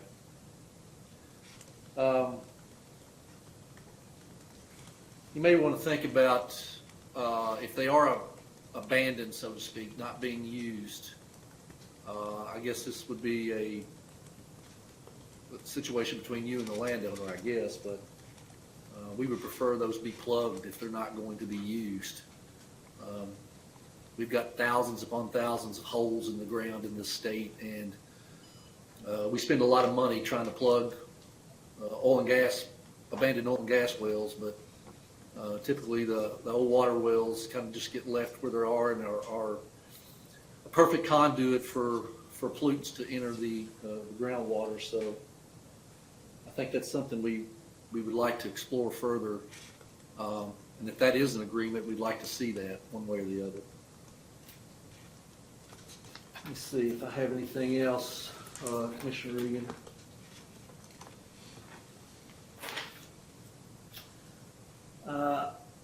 And I am double checking with staff as we speak. I'm kind of doing this multitasking here, but I'm checking on the floodplain issue. I would hope that floodplains would be avoided at all cost. And that's typically, this is the first time in many hearings that I've been in that a floodplain matter has come up. Usually we just, people don't locate in a floodplain. But again, I would clarify by saying it's just me looking at our floodplain maps on one screen and trying to compare it to the project area on another screen. So I have forwarded that project area map to our folks in Division of Water to have them quickly check that. I don't know if I'll get an answer during this hearing or not, but it appears to be, to me, that there's some conflict there. And I think we just need to explore that and get a conclusion to what the answer really is there. Thanks for checking. That's all I have. That's all I have, Commissioner. Okay, thank you. Judge? In regards to the vegetative screening, because I know what's going to happen if there's problems with it, they're not going to call you, they're going to call me. So who's going to be responsible for maintaining, so when some of the trees don't live in the first couple of years and there's holes in it or there's holes in the fence because we got some people that may cut it, who do I call to make sure that's taken care of? So Judge, I think Lester Morales referenced the complaint resolution system that we'll have in place during operations, but we would maintain the vegetative buffer throughout the life of the project and would replace any trees if needed.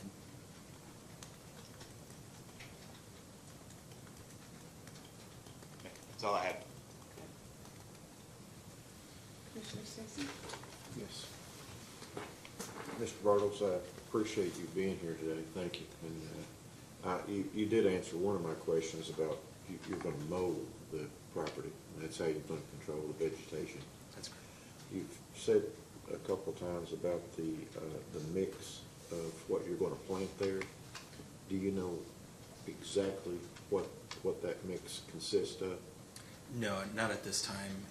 We will defer that to the EPC, who will be installing the ground cover seed mix. Okay. And can you tell us about the trees that are going to be a buffer between someone's home and these panels? Can you tell us the size they're going to be initially and the growth rate, and if you plant a 2-foot tree, and does it grow 5 feet a year or 1 foot a decade, or how does it work? I don't have the specific growth rates for the species that we've proposed, but it would be a mix between evergreen and deciduous tree species, and we provided an example list in our filing of what we would typically use based on what's commercially available in the region. You propose to plant seedlings, is that what you are proposing? Seedlings, they're usually installed at like 1 or 2 feet. No, I'm talking about the size of the tree? Is it just a seedling of, It's not a mature tree at installation. what size would you just estimate that they are and that you're planning on using? It's probably anywhere from 1 to 3 feet. Okay, so it's kind of be described as a seedling, I would think, wouldn't you? Sure. You know, there is a way to plant rather mature trees. You move a tree from one spot to another and plant those there to give coverage immediately. You're familiar with that, I'm sure. Relocating mature trees? Yes. Yes. You have an opinion on that? I think typically we would try to maintain existing vegetation where it is on site, and then try to, better match the design of the arrays in our fencing. And so that's why we would install new trees to be formed. I'm sorry, I don't know if I followed your answer. Can you explain that just a little bit more? I guess, our intention is to install new trees. We would leave existing vegetation in place. Well, what if you purchased a 10-foot tree and you planted that as a buffer rather than a 2.5-foot tree seedling? Is that something you have considered?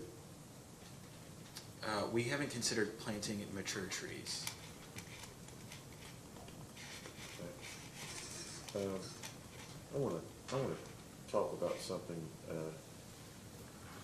Judge Whitfield brought up earlier. The weather in Kentucky can be bad everywhere. He talked about his community there that had a bad tornado, and my hometown also had a really bad tornado in 2012, and 8 people were killed, and it tore down 4,000 structures in that little county. We had a tornado and baseball-sized hail all in the same event, and the next day it snowed 4 inches. So his question was, and Mr. Lyons' question was about what happens about the toxicity of these panels, and specifically what about these toxicity with panels. And if you can't answer this question, maybe someone is present.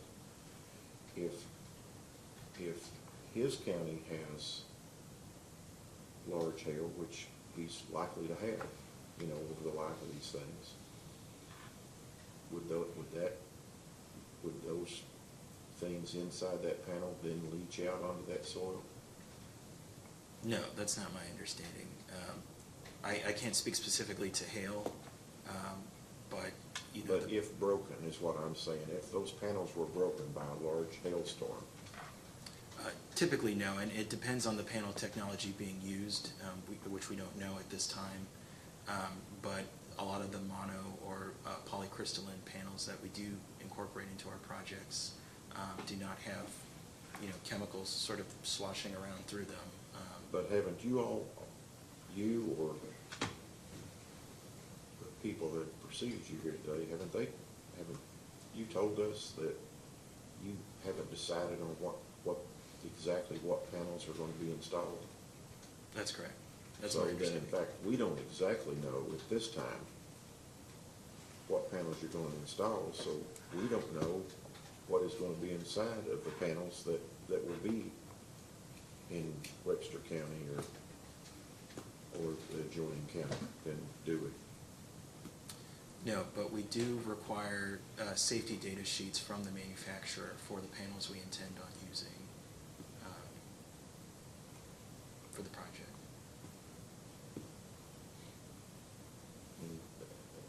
So, and what does that consist of? Does that tell you what's inside that panel? That's correct. Okay. Well, I think the judge brought up a good point about that, and I think extreme weather is the new normal here in Kentucky, and I think we'd be very interested in knowing what that is to prevent some kind of future damage that we might be able to prevent up front. Thank you, I appreciate you being here. Thank you. Thanks. Anything else? Yeah. Okay. Any cross?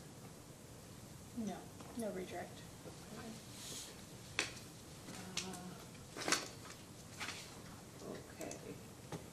Okay. You're excused. If you can stay for the rest of the hearing, that would be great. Absolutely. Okay. Do you guys want to take a 10-minute break? We can, and could Or I do you ask wanna one- push through? We can take a break, that would Okay. be helpful, but I do have one question about the next witness on the list. We next have Ms. Ross listed, and it doesn't sound like batteries are an issue that anyone has brought up thus far, and so if you all do not have any questions that you would like from Ms. Ross, we do not have to call her to the stand. I don't have any questions for her. I might have a question or two. Okay, If that's you- fine, if and it's okay. she's present, and we will be happy to call her then. Okay, thank you. Thank you. Okay. We'll take a 10-minute break and be back here at 11. Thank you. Thanks.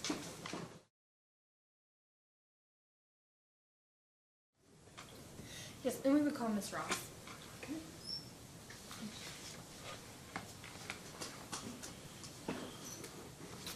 And do you want to raise your right hand?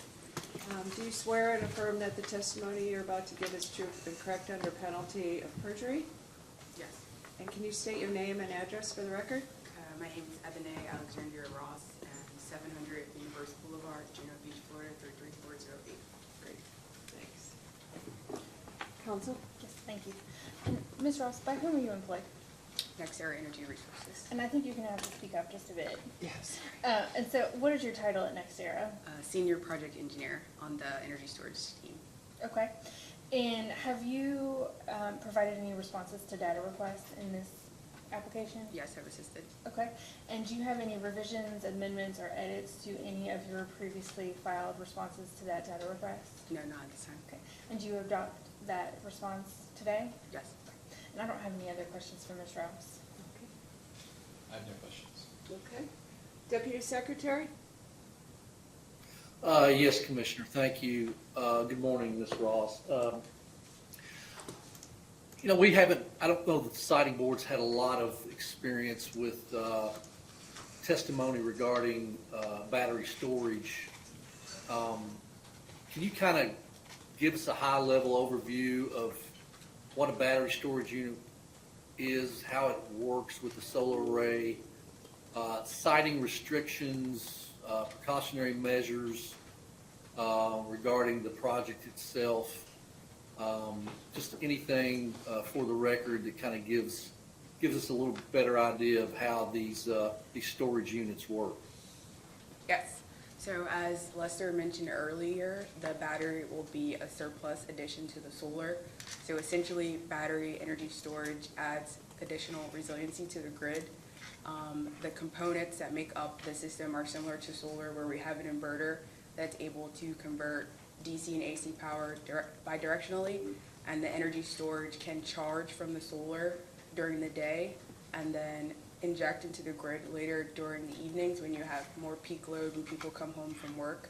So we're able to add that resiliency back to the grid when solar is not producing. What is the storage capacity of this unit? So we have not yet selected the individual equipment, but the additional storage for the site will be 75 megawatts. Okay. And it's lithium ion, is that correct, in all likelihood? Yes, it is likely we will be using a lithium ion technology. So, they're obviously with lithium ion batteries, there's the possibility of fire. Is that something, I guess you would talk to the locals about, make sure there's proper response capability by the locals? Yes, so it's our intention to hold an educational session with the local responders so that they are informed of the equipment that will be on site, the technology in place, as well as the safety systems that are implemented into the design. And we will also inform them of our emergency response plan if there is an event, and that will be provided in further detail later prior to commercial operation of the project. All right. Thank you, Ms. Ross. That's all I have, Commissioner. Thank you. Judge? Do you know offhand what the size, weight of these batteries would be? Yeah, so approximately making up the 75 megawatt site, you'll have several containers that each are around 20 feet, no taller than 10 feet tall. And they can weigh between 20 to 40 tons each. I'm just asking because that static weight, again, hopefully would be able to be positioned over a pillar in the mines, assuming that area was underground.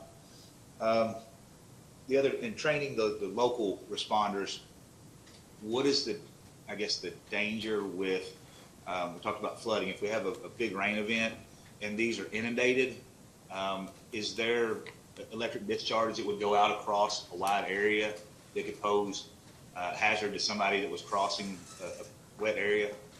No, so each container is IP55 rated, which is the equivalent here to like a NEMA 33R. So they are tested to withstand weathering, dust as well. So no, there is no potential of anyone being in harm if they are in a wet ground near these containers. Okay, and I hate to be the dead horse, but having gone through it and lost 20 people in the last couple of years to tornadoes, if one of these is overturned, destroyed, lithium leaking out on the ground? No. So a part of our procurement strategy is when we procure the contract, we take into account the site-specific parameters.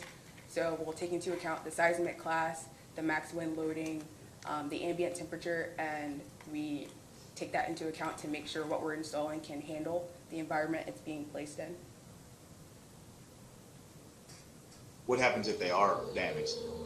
So they are within like a metal enclosure that if pierced, there is nothing that would come out of it. The anatomy of the container has cells that make up racks and are each individually packaged. So that damage to your container would not result in anything leaking out of it. Okay, thank you. Commissioner? Ms. Ross, it's pretty apparent to me that you're a lot smarter than me, so could you tell me, you rattled off some terms that I didn't know about these batteries. Can you explain that a little bit more in layman's terms? Yes, can you refer to which term I used that you would like to know more about? Yeah, but just about the batteries themselves. Tell me about those a little bit. Okay, so you imagine like a storage container. So it's like metal, and inside of it there are Now, anatomy. Can I ask a question then? Yes. These are going to be inside a regular shipping container? Is that what they're going to be in? It looks like a shipping container, however, they are not occupiable. Nobody can walk into them. Any maintenance is performed from outside. Okay, now go ahead, I'm sorry. Okay. So inside the container, as I mentioned, you have like battery cells that are stacked up, and they make up like packs, and those packs are in racks, and that makes up the energy density of that container. And then you'll have like electrical connections that go between the containers and the inverters. And how many, and you don't necessarily call these batteries, do you exactly? You call them what? Is that what you call them, as batteries? They are batteries, but we would call it like a battery energy storage enclosure. Okay, that would basically be like multiple batteries in each pack, kind of. Yes. Is that correct? Correct. Okay. And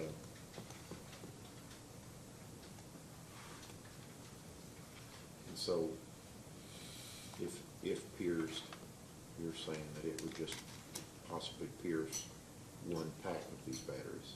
So the batteries are located inside the container, which it's not easily pierceable. Like you'd have to be someone with the doors open, wide open, intentionally, like trying to Now, I guess there's heat generated in this, when these are charging? Yes. Is there heat generated when they're discharging? That loss is not the same. It's more heat generated while they're charging. While they're discharging, they're running at a cooler temperature, but there is a thermal management system inside the container to maintain the optimal. And what is that management system? Is that fans with? Yeah, so there's either liquid cooling or air cooling. So there will be HVAC or chillers that are maintaining the optimal temperature of the containers. So you have to have running water running over a chiller with fans to cool these, is that what the plan is? Yes, if liquid cooled, each container would have its own cooling system. This looks much like a commercial building that would, where you have a chiller on top of a big commercial building. It's the same process. Not exactly. I wouldn't call it a building since it's non-occupiable, but if you would imagine a storage container, you'd have like a little small unit on the outside. So, just one last question. How much heat would you expect one of these facilities to generate if everything is just working just fine? In what reference? Like, are you trying to interpret how much heat would be felt from outside? No, inside of one of these containers. Okay, so that would be specific to the manufacturer on how much, call it parasitic load it is used for either heating or cooling. And do you know what the manufacturer, the manufacturer of these batteries now, do you know who that is? No, we have not yet selected the manufacturer. All right, thank you. Redirect? No, ma'am. Okay. Anybody else? Okay. If there's no objections, you could be excused. Thanks. You want to call your next witness? Yes, we would call Brian Lumis, please.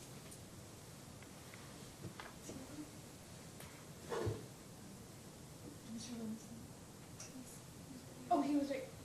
He stepped out. We can call Mr. Andrews next then, since he's in the room. I'm sorry. That's okay.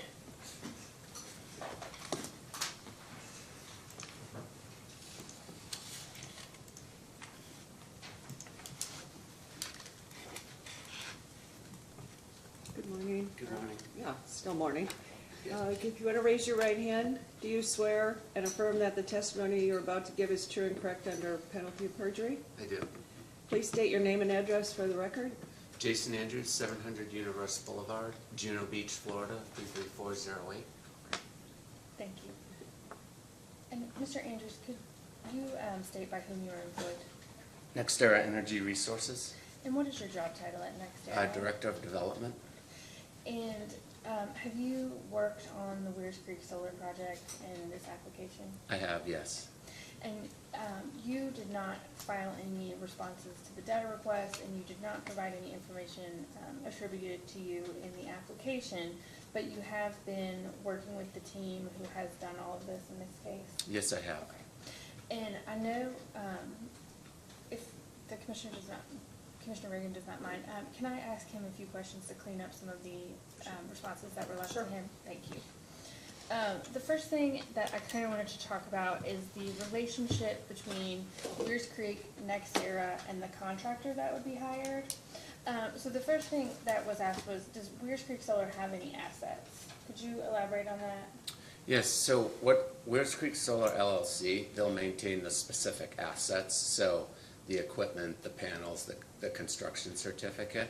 Being a subsidiary of Next Energy Resources, we'll oversee that. We'll have full-time employees, one to two people generally for a project of this size. That will be responsible for what we call the operations and maintenance of the project once we're complete construction. And so to follow up on Judge Whitfield's question, the reason why there are 4 separate projects in Kentucky is because each project owns its assets itself. Yes, so a Seabury Solar LLC, a Weirs Creek LLC, they'll maintain, as we said, the construction certificate, the panels, the equipment, that'll all be maintained under that LLC, which is again a subsidiary of NextEra Energy Resources. And so then when, if the construction certificate is granted and if construction commences, NextEra will hire a contractor who will then build the project. Yeah, I'll kind of answer Okay, this yes. in kind of two parts to alleviate any confusion. So we, NextEra Energy Resources, as we go, we've talked a lot about the engineering, procurement, and contractor, or the EPC. We'll maintain oversight of that EPC from start to finish. So, for example, Commissioner Stacy, you had mentioned, hey, the haul route. That's one of those things, while the EPC's engineers will take a look at a haul route, hey, what routes are feasible to get in the project. We'll also oversee them, look at it, make sure it makes sense, and then most importantly, I think, work with the specific counties, Department of Roads in both Webster and Hopkins to make sure that, hey, these haul routes make sense, this is doable, and then commit. A lot of times we've committed to, or we'll create road use agreements. So again, I know there was some comments before, like what happens to the roads. We're willing to commit to agreements to make sure, one, we replace them when we're done, put them back in the same or better condition, and then two, provide bonds in those road use agreements. So in the event something happens, you know, the county is not left responsible for fixing any of the roads we may have damaged. So just wanted to highlight that, and that's just one example. Like NextEra Energy Resources, we will be, this project team will be, you know, overseeing the EPC along the way. While they may design specific exhibits, engineers, we're sort of the glue that makes sure it makes sense, it's within the regulations, and that they're working with the county specifically. And so just to kind of clarify it, just so it's completely clear in the record. So NextEra hires the contractor. Yes. The contractor looks at everything, decides a haul route, but then they have to bring it to NextEra, and NextEra determines, yes, this meets all of the siting board's requirements that they have placed upon NextEra and Weirs Creek. Correct, yes. So the contractor is not making decisions and does not have unlimited authority, for lack of a better word, to go against siting board regulations, go against mitigation measures, go against whatever agreements NextEra has in place with the counties as well. No, we have fully executed contract with that APC, And that goes for, the haul routes has been a big one that we've talked about, but we also talked about dust. So any mitigation measures imposed by the siting board regarding fugitive dust, the contractor would have to make a plan. That plan would then be presented to NextEra, who would then make sure it complies with the siting board's regulations. Yes. Okay. And then there was a discussion about what happens if, for some reason, there's a bankruptcy issue. How is the land returned? Could you kind of talk about that? Sure, so that's one of the kind of key points with the decommissioning bond. So what happens prior to the start of construction, you know, per the regulations, we'll file a decommissioning bond, and then that decommissioning bond is based on, we presented on the application, the total cost to decommission. That'll get filed, and then that'll name, I believe, the Kentucky State Public Service Commission, and then the counties is secondary obligees on that. So what that means is, in the event Weirs Creek, NextEra wasn't able to fully decommission the project, the county and or the state has that money available to use to fully decommission the site. And that is based on outside estimates of the cost of decommissioning. It's not just NextEra coming up with a number and putting that bond up. Correct, yeah, so it's sort of broken down with a third-party consultant, so they'll take the estimated value of the panels, the racking, the cost of what it, to put in an access road. It'll provide an estimated value to that. It'll deduct for a salvage value, so all the materials that are able to be recycled and salvaged, that can be used in the plan, and then the final decommissioning bond presented. One of the key things I think with the decommissioning bond is that it's updated every 5 years. So while the estimates generally for this in 2024, 2025. It's required by law that every 5 years we'll reevaluate the decommissioning plan, send it in for approval to adjust for sort of that inflation over the years. And then, also following up with some of the questions from Judge Whitfield about what happens when people come to him with complaints. NextEra is going to maintain a presence over the 30-year life of the project, and so there will be a process that people can get in contact if there's issues. Could you kind of describe that as Yes, yeah, definitely. I'll start sort of in I'll call it the construction phase. So once we start construction, NextEra Energy Resources will have a full-time construction manager on the project, along with the EPC. They're generally the first point of contact if there's any issues. We call it kind of solving it at the lowest level. So that person's information, full-time NextEra employee, will be there on site 24/7. They'll live in the local area. When we shift from, once the project's operational, construction complete, we will have approximately NextEra 1 to 2, depending on the size, NextEra Energy employees that'll be responsible, as we said, for the operations and maintenance.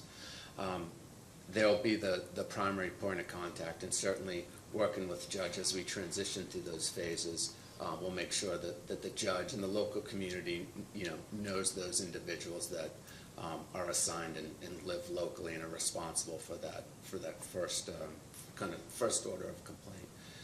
Sort of secondary, there is a complaint resolution program, certainly that's generally required by the siting board that we put together that basically notifies anyone the ability to file a complaint. So if a citizen has a complaint, there's a clear process for them to follow on what they need to do that. So that's secondary.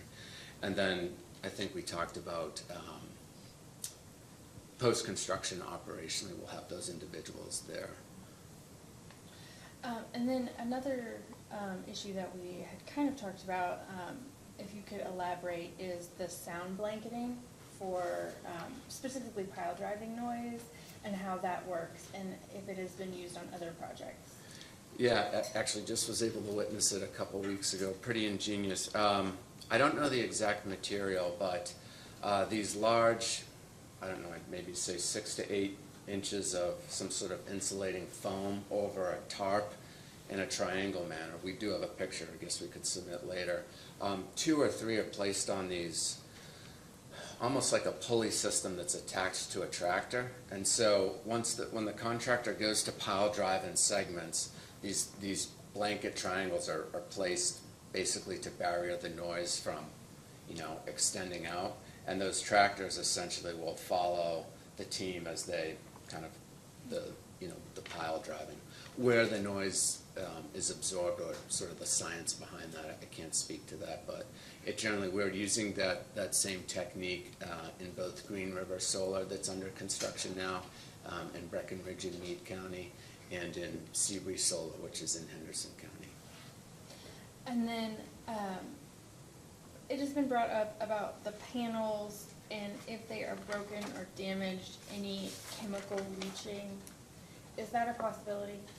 No, and it's definitely something, so regardless of the type of panels or the module, we definitely commit to not purchasing anything that would be leaking. Generally, they're made out of a glass and aluminum copper, sort of like a tempered glass.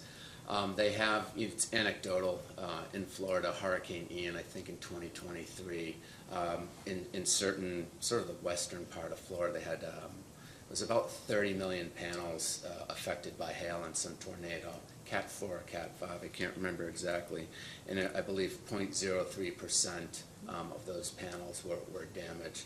Judge definitely brings up a good point about tornadoes, so it's something definitely we can consider Judge looking into, because we know certainly, especially in the Judge's area, the tornadoes. One of the things also, along with 1 to 2 operational managers, all our projects are also 24/7 remotely controlled by our Remote Operations Control Center. That is in our headquarters in Florida, and that monitors all our projects. So in the event panels get broken or need to be replaced, or something isn't producing what it should, those notifications can be made immediately to the the on-site manager who does the operations and maintenance for that. So sort of a good secondary round-the-clock backup to handle, contingencies with broken panels or anything like that. And just so it's completely clear on the record, NextEra is committing that there will not be panels that contain any kind of material that could leak and enter the water supply or the ground supply, anything like that. So there will be no leaking panels. That will be an issue. And if a panel is broken, that would not create any issues, and the remote system would be notified, and a replacement panel would be put in. Yes. Okay. And then I think the last thing that I wanted you to follow up on is about the underground mines and the coal contracts and any of that kind of stuff. Could you kind of give an overview Sure. of that? So we did and I believe it was submitted in the application, we had a geologist go, we did the soil subsidence study over the area, because obviously it was the old Dotiki mine shuttered in 2019. And while not being a mining expert, and I think it was maybe Commissioner Stacy brought up, sort of the room and pillar mining was done during this time at about 300 feet below the surface. So again, as we worked with, read that study, we think it's low probability of, any subsidence. Along with that, we've done some initial, the geotechnical work in there, which sort of confirmed a lot of, to make sure that the soil was adequate. Again, these panels are placed on a racking system that will go anywhere maybe from 4 to 6 to 8 feet deep, so we don't think there's any sort of penetration, obviously, effects to the mine there. I believe the other thing that was mentioned in reference, sort of the mines, was a lot of, and it's definitely something we, take into serious consideration, sort of the stormwater control or erosion and sediment control plan. As we go to, if we're received said certificate, as we go to file for the NPED, sort of that general construction permit, stormwater control, BMPs, or best management practices, silt fencing, all that stuff is installed prior. Certainly we don't not want to create a project, especially in this area that has erosion and sediment to neighboring landowners. So it's definitely something we'll be providing, we're required to do, but definitely take into serious consideration, and whatever BMPs are mandated certainly will follow. And was there anything else that you felt like needed to be addressed or clarified or added on to in any way? I think that was most of them, but happy to answer any questions maybe that have spurned from my testimony or that are left out there. And so Mr. Andrews is available for cross. Just one question on the EPC, hiring the contractors for the construction phase. I may have asked it before, but just where is Weirs Creek in the process of contracting the EPC for this project? Yeah, I believe right now we're in either the bidding or the scoping. So essentially working with multiple, I guess, EPCs that would bid and working on kind of refining or choosing the appropriate EPC for the project. Is there a general timeline for that going forward? I would say generally, we should probably have it completed first quarter of 2025.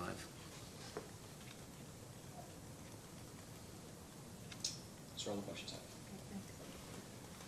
have. Deputy Secretary, do you have any questions? No questions for me, Commissioner Regan. Thank you. Judge Whitfield? I've got a couple, kind of in line with what Commissioner Stacy asked earlier. I'd really like a real concrete answer here. What legal entity is responsible for the decommissioning and ensuring that bond remains in place? Is it Weirs Creek? Is it NextEra? I believe it's NextEra Energy Resources, Judge, on the actual bond, but I would like to follow up. Yeah, please do, because while I probably won't be here at that point in 30 years, I certainly want the people that are here to have that taken care of. No, and certainly, this- and we'll get that answer to you, what's actually placed on the decommissioning bond.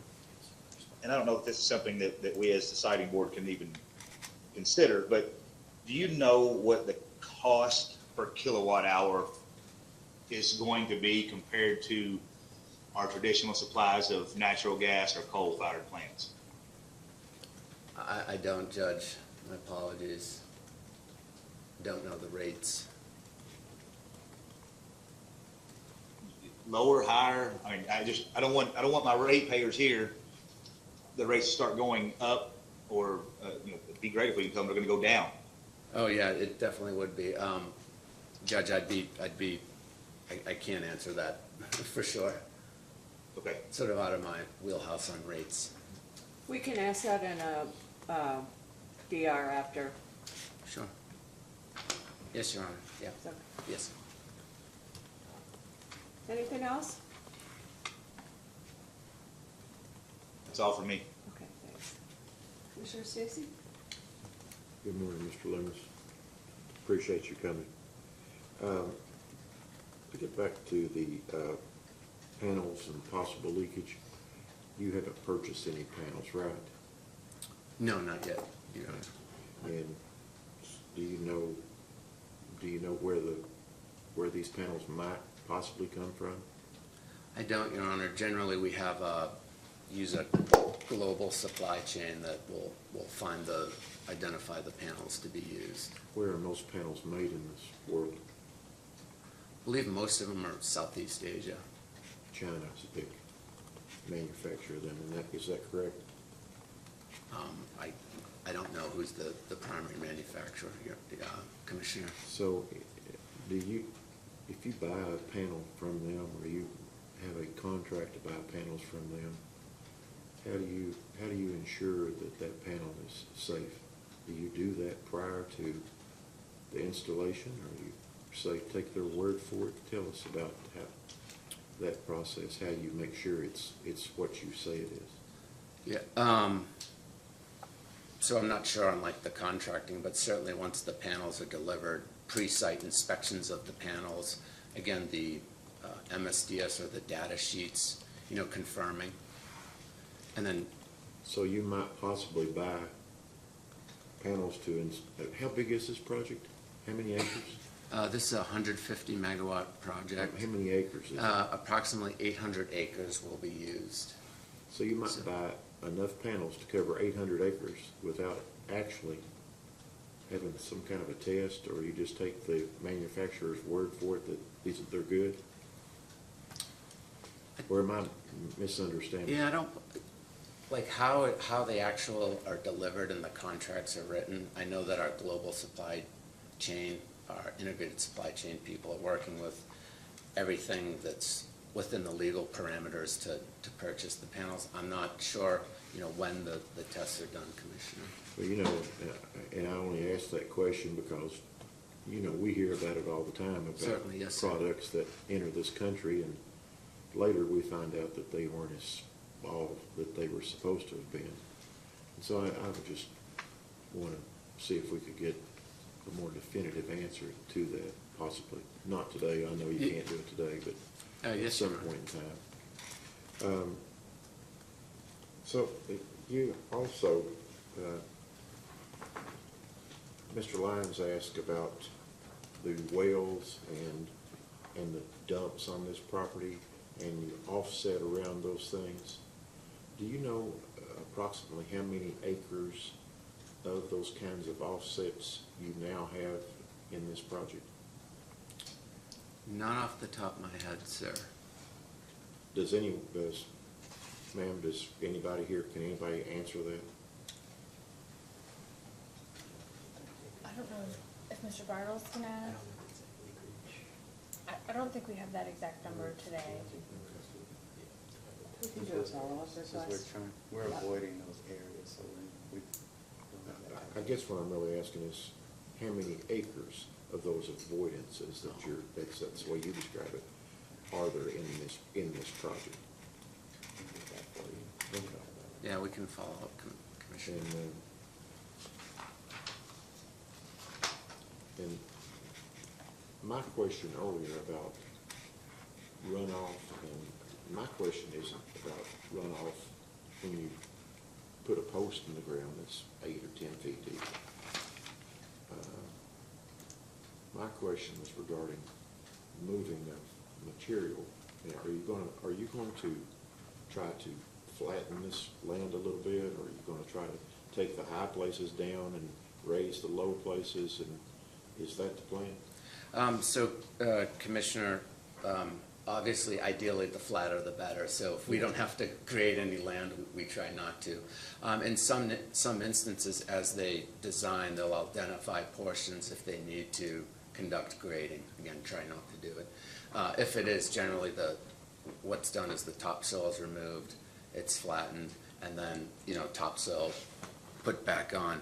And then a lot of times what we'll do, Commissioner, is set aside in areas for like a lay-down yard to store equipment. And so if there's any grading moved, it's then cut there and then filled back, trying to keep certainly the topsoil on the same property, but also if we have to cut something, fill it on the same parcel with the same soil. I'm probably not the right person to ask this question. Maybe Mr. Lyons could ask it more artfully, but in Kentucky we have a history of mining, obviously. In the region I come from, we have a lot of underground and surface mining. And we also have, in Chairman Hatton's area, we have a lot of underground mining, and there's a lot of runoff from those deep mines. That water comes from the surface and runs out of those mines, and sometimes it runs out really haphazardly, and maybe you can get 1 million gallons that'll run off into a stream.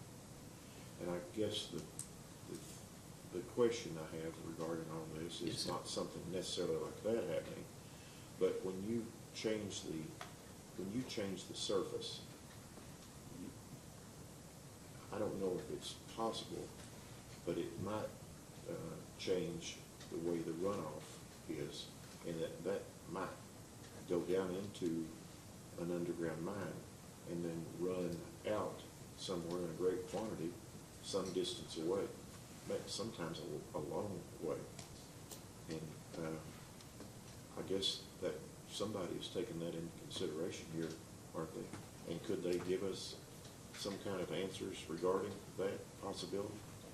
No, yes, definitely, Commissioner. So that probably falls in like erosion and sediment control, which we've dealt with before. Now, the specifics. It's just a little bit bigger than that, because, I mean, sometimes this can be, I don't know if you know the history of underground mining, but sometimes it can be very, very shocking what can happen. Yeah. So I think that we ought to have some answers regarding that, because we don't want somebody a mile away to be damaged some way. Yes, Commissioner, yeah, definitely can follow up if there's the specific. Again, it'd be great if we don't have to grade, try to minimizing it, but definitely going to consider, as you brought up, sort of what happens, if you change the topography and what considerations we need to consider for it. Yes, sir. Okay. Thank you. I just have one question to follow up on your operations center. Yes, And ma'am. is the operations center monitoring all your projects across the U.S.? Yes, Commissioner. I'm asking in general, so we don't have to go into confidential session. Has there been any thought to moving that center out of Florida at all? Or is there a redundant path? If that should go down, then some other operations center would be taking those calls in the event of? Commissioner, I don't know the redundancy of the remote operations center. I think that primarily are the individuals that are going to be employed by NextEra that are responsible for the site. Okay. So any damage, any front line, hey, there's an issue, those individuals certainly will be located, locally and be able to access the site and deal with any issues in a timely manner. Okay. But your operations center, there's not a redundant path if that should go down? I'm unsure, Commissioner, Okay. if there's redundancy built into that specific piece. Okay. Something we could follow up on. Yeah, we can ask it in, okay. Yes, Commissioner. I think that's it. Commissioner, could I Yeah. have one more question, Sure. please? Mr. Lumis, I want to follow up with something that Judge Whitfield asked earlier. I've been a county judge, and I think he and I both know the problems associated with maintaining these roads. If he were to have a problem during his tenure here, and he couldn't get it resolved with you as someone as nice as you are, so then what are his options? Because, you know, he's going to be answering calls to people that aren't going to be very happy with his office. And he's not going to, when he gets 15 of those calls in one day, none of those people are going to be happy. And let's say there's someone else other than you to talk to, and no action takes place. You have a plan to fix those roads when you leave, but what's your plan to fix those roads during his tenure as county judge? And if you don't fix those in a timely manner so that you satisfy his constituents, then can he go back against this company and the assets it holds to force you to fix this road? I don't know exactly on the answer to that, but Commissioner, what we generally like to do and prefer is, I think we talked about it before, a road use agreement, which is generally great, especially for the county, because we can work it directly with the county. So in that agreement, we can outline exactly what we're responsible for. So, hey, during construction, for example, is our EPC NextEra, what are we responsible to do? Any damage, during construction. Certainly there's the post-construction, but those, I think, help outline exactly to the point the judge is making and that you're making too. What happens if, a pothole and it's we're still 6 months from completing construction. We can commit to those things to, repair it. We can outline it in that road use agreement directly with the county. Well, I think the judge would probably be looking at a worst-case scenario. He could probably fix the pothole himself.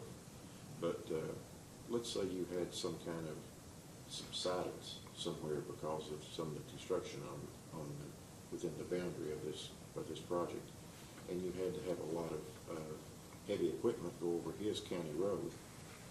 Then how is he going to get that fixed in a timely manner? Because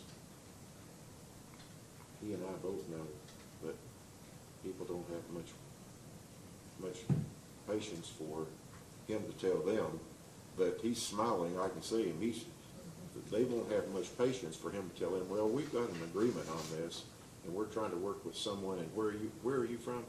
Tell me, you're from where in Florida? West Palm Beach. Yeah, Juno we're Beach. calling our guys in West Palm Beach, and we'll get back to you. I'm just going to tell you that dog ain't going to hunt.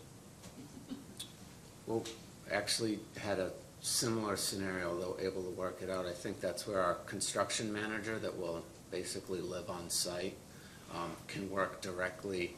That's the glue between someone that can answer the judge's questions specifically on roads and then force the EPC, barring certainly they were responsible for it, to help fix that, and then a road use agreement. So we'll have someone there to...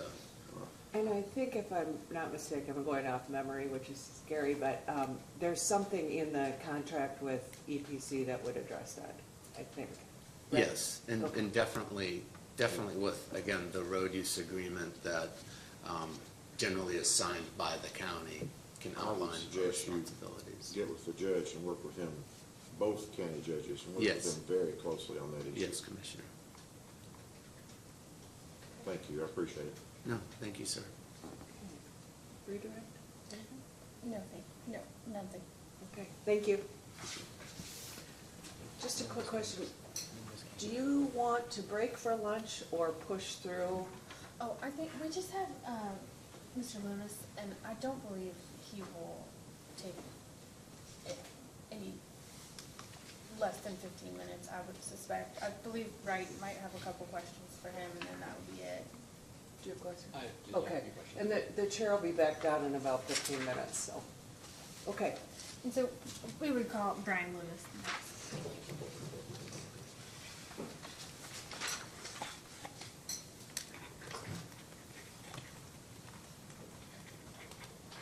and if you'll raise your right hand, do you swear or affirm the testimony you're about to give is true and correct under penalty of perjury?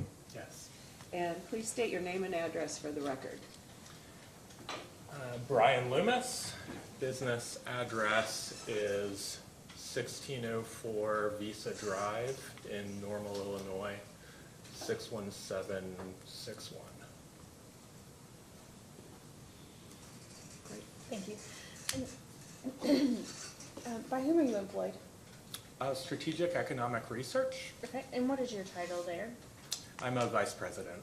Okay, and in that role with, have you worked on the Weirs Creek Solar Project application before the siting board? I have. Okay, and in what capacity?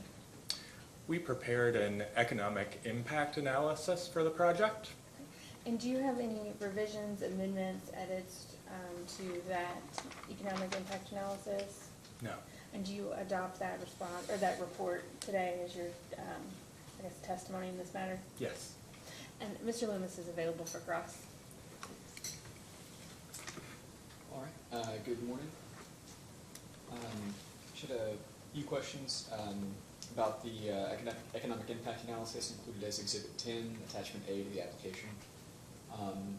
Now, there are a number of conclusions reached about the revenue or economic impact in terms of promoting economic activity in the area as well as tax revenue. I was wondering if you could just go through, in general terms, how you came to those conclusions, what methods you used to reach those. Yeah. We use economic modeling software. It's an input-output software. So we take the expected project costs and other data around the project that's relevant to create a economic impact study that shows the jobs, earnings, and economic output that the project is expected to produce in both the counties and the states.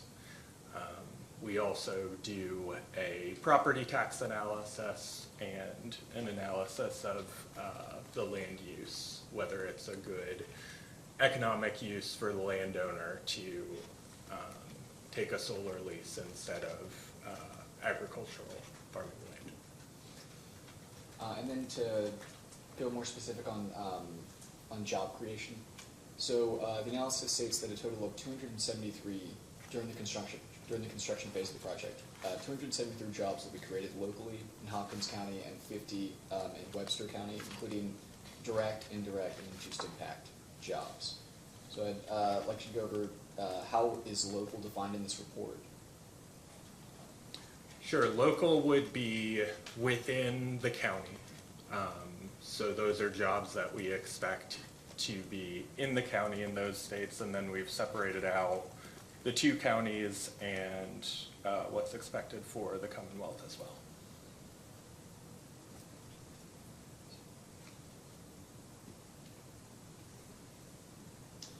Right, now I'd like to move to property value impact report question. It's included as attachment A to Exhibit 1 in the site assessment report. And the conclusion of the property value impact report is essentially that the solar facilities will not have a negative impact on adjacent property values. Can you elaborate on the methodology of these studies and how the conclusion is reached? And, I'm sorry, he did not create the property value report, Got it. just Okay. the economic impact report. Understood. Yeah. Okay.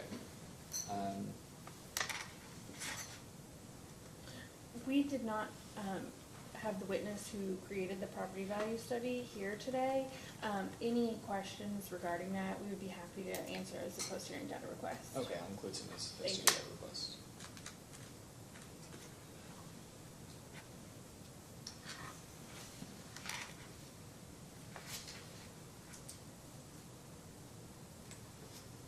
That's all the questions I have. Deputy Secretary? No questions from me, Commissioner. Thank you. Judge Whitfield? No, ma'am. No. Just one question. When you do your economic impact, do you physically go to the location? We do not. So you've never been to the location? I have not. Okay.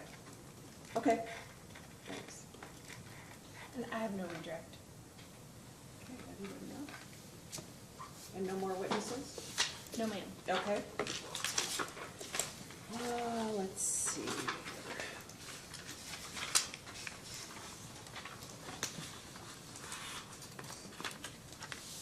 Okay, are there any other motions? Oh, I'm sorry. Any other motions at this time? No pending motions. Okay.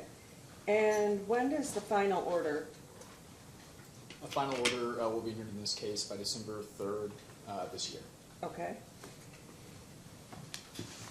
And we have a few outstanding requests for information.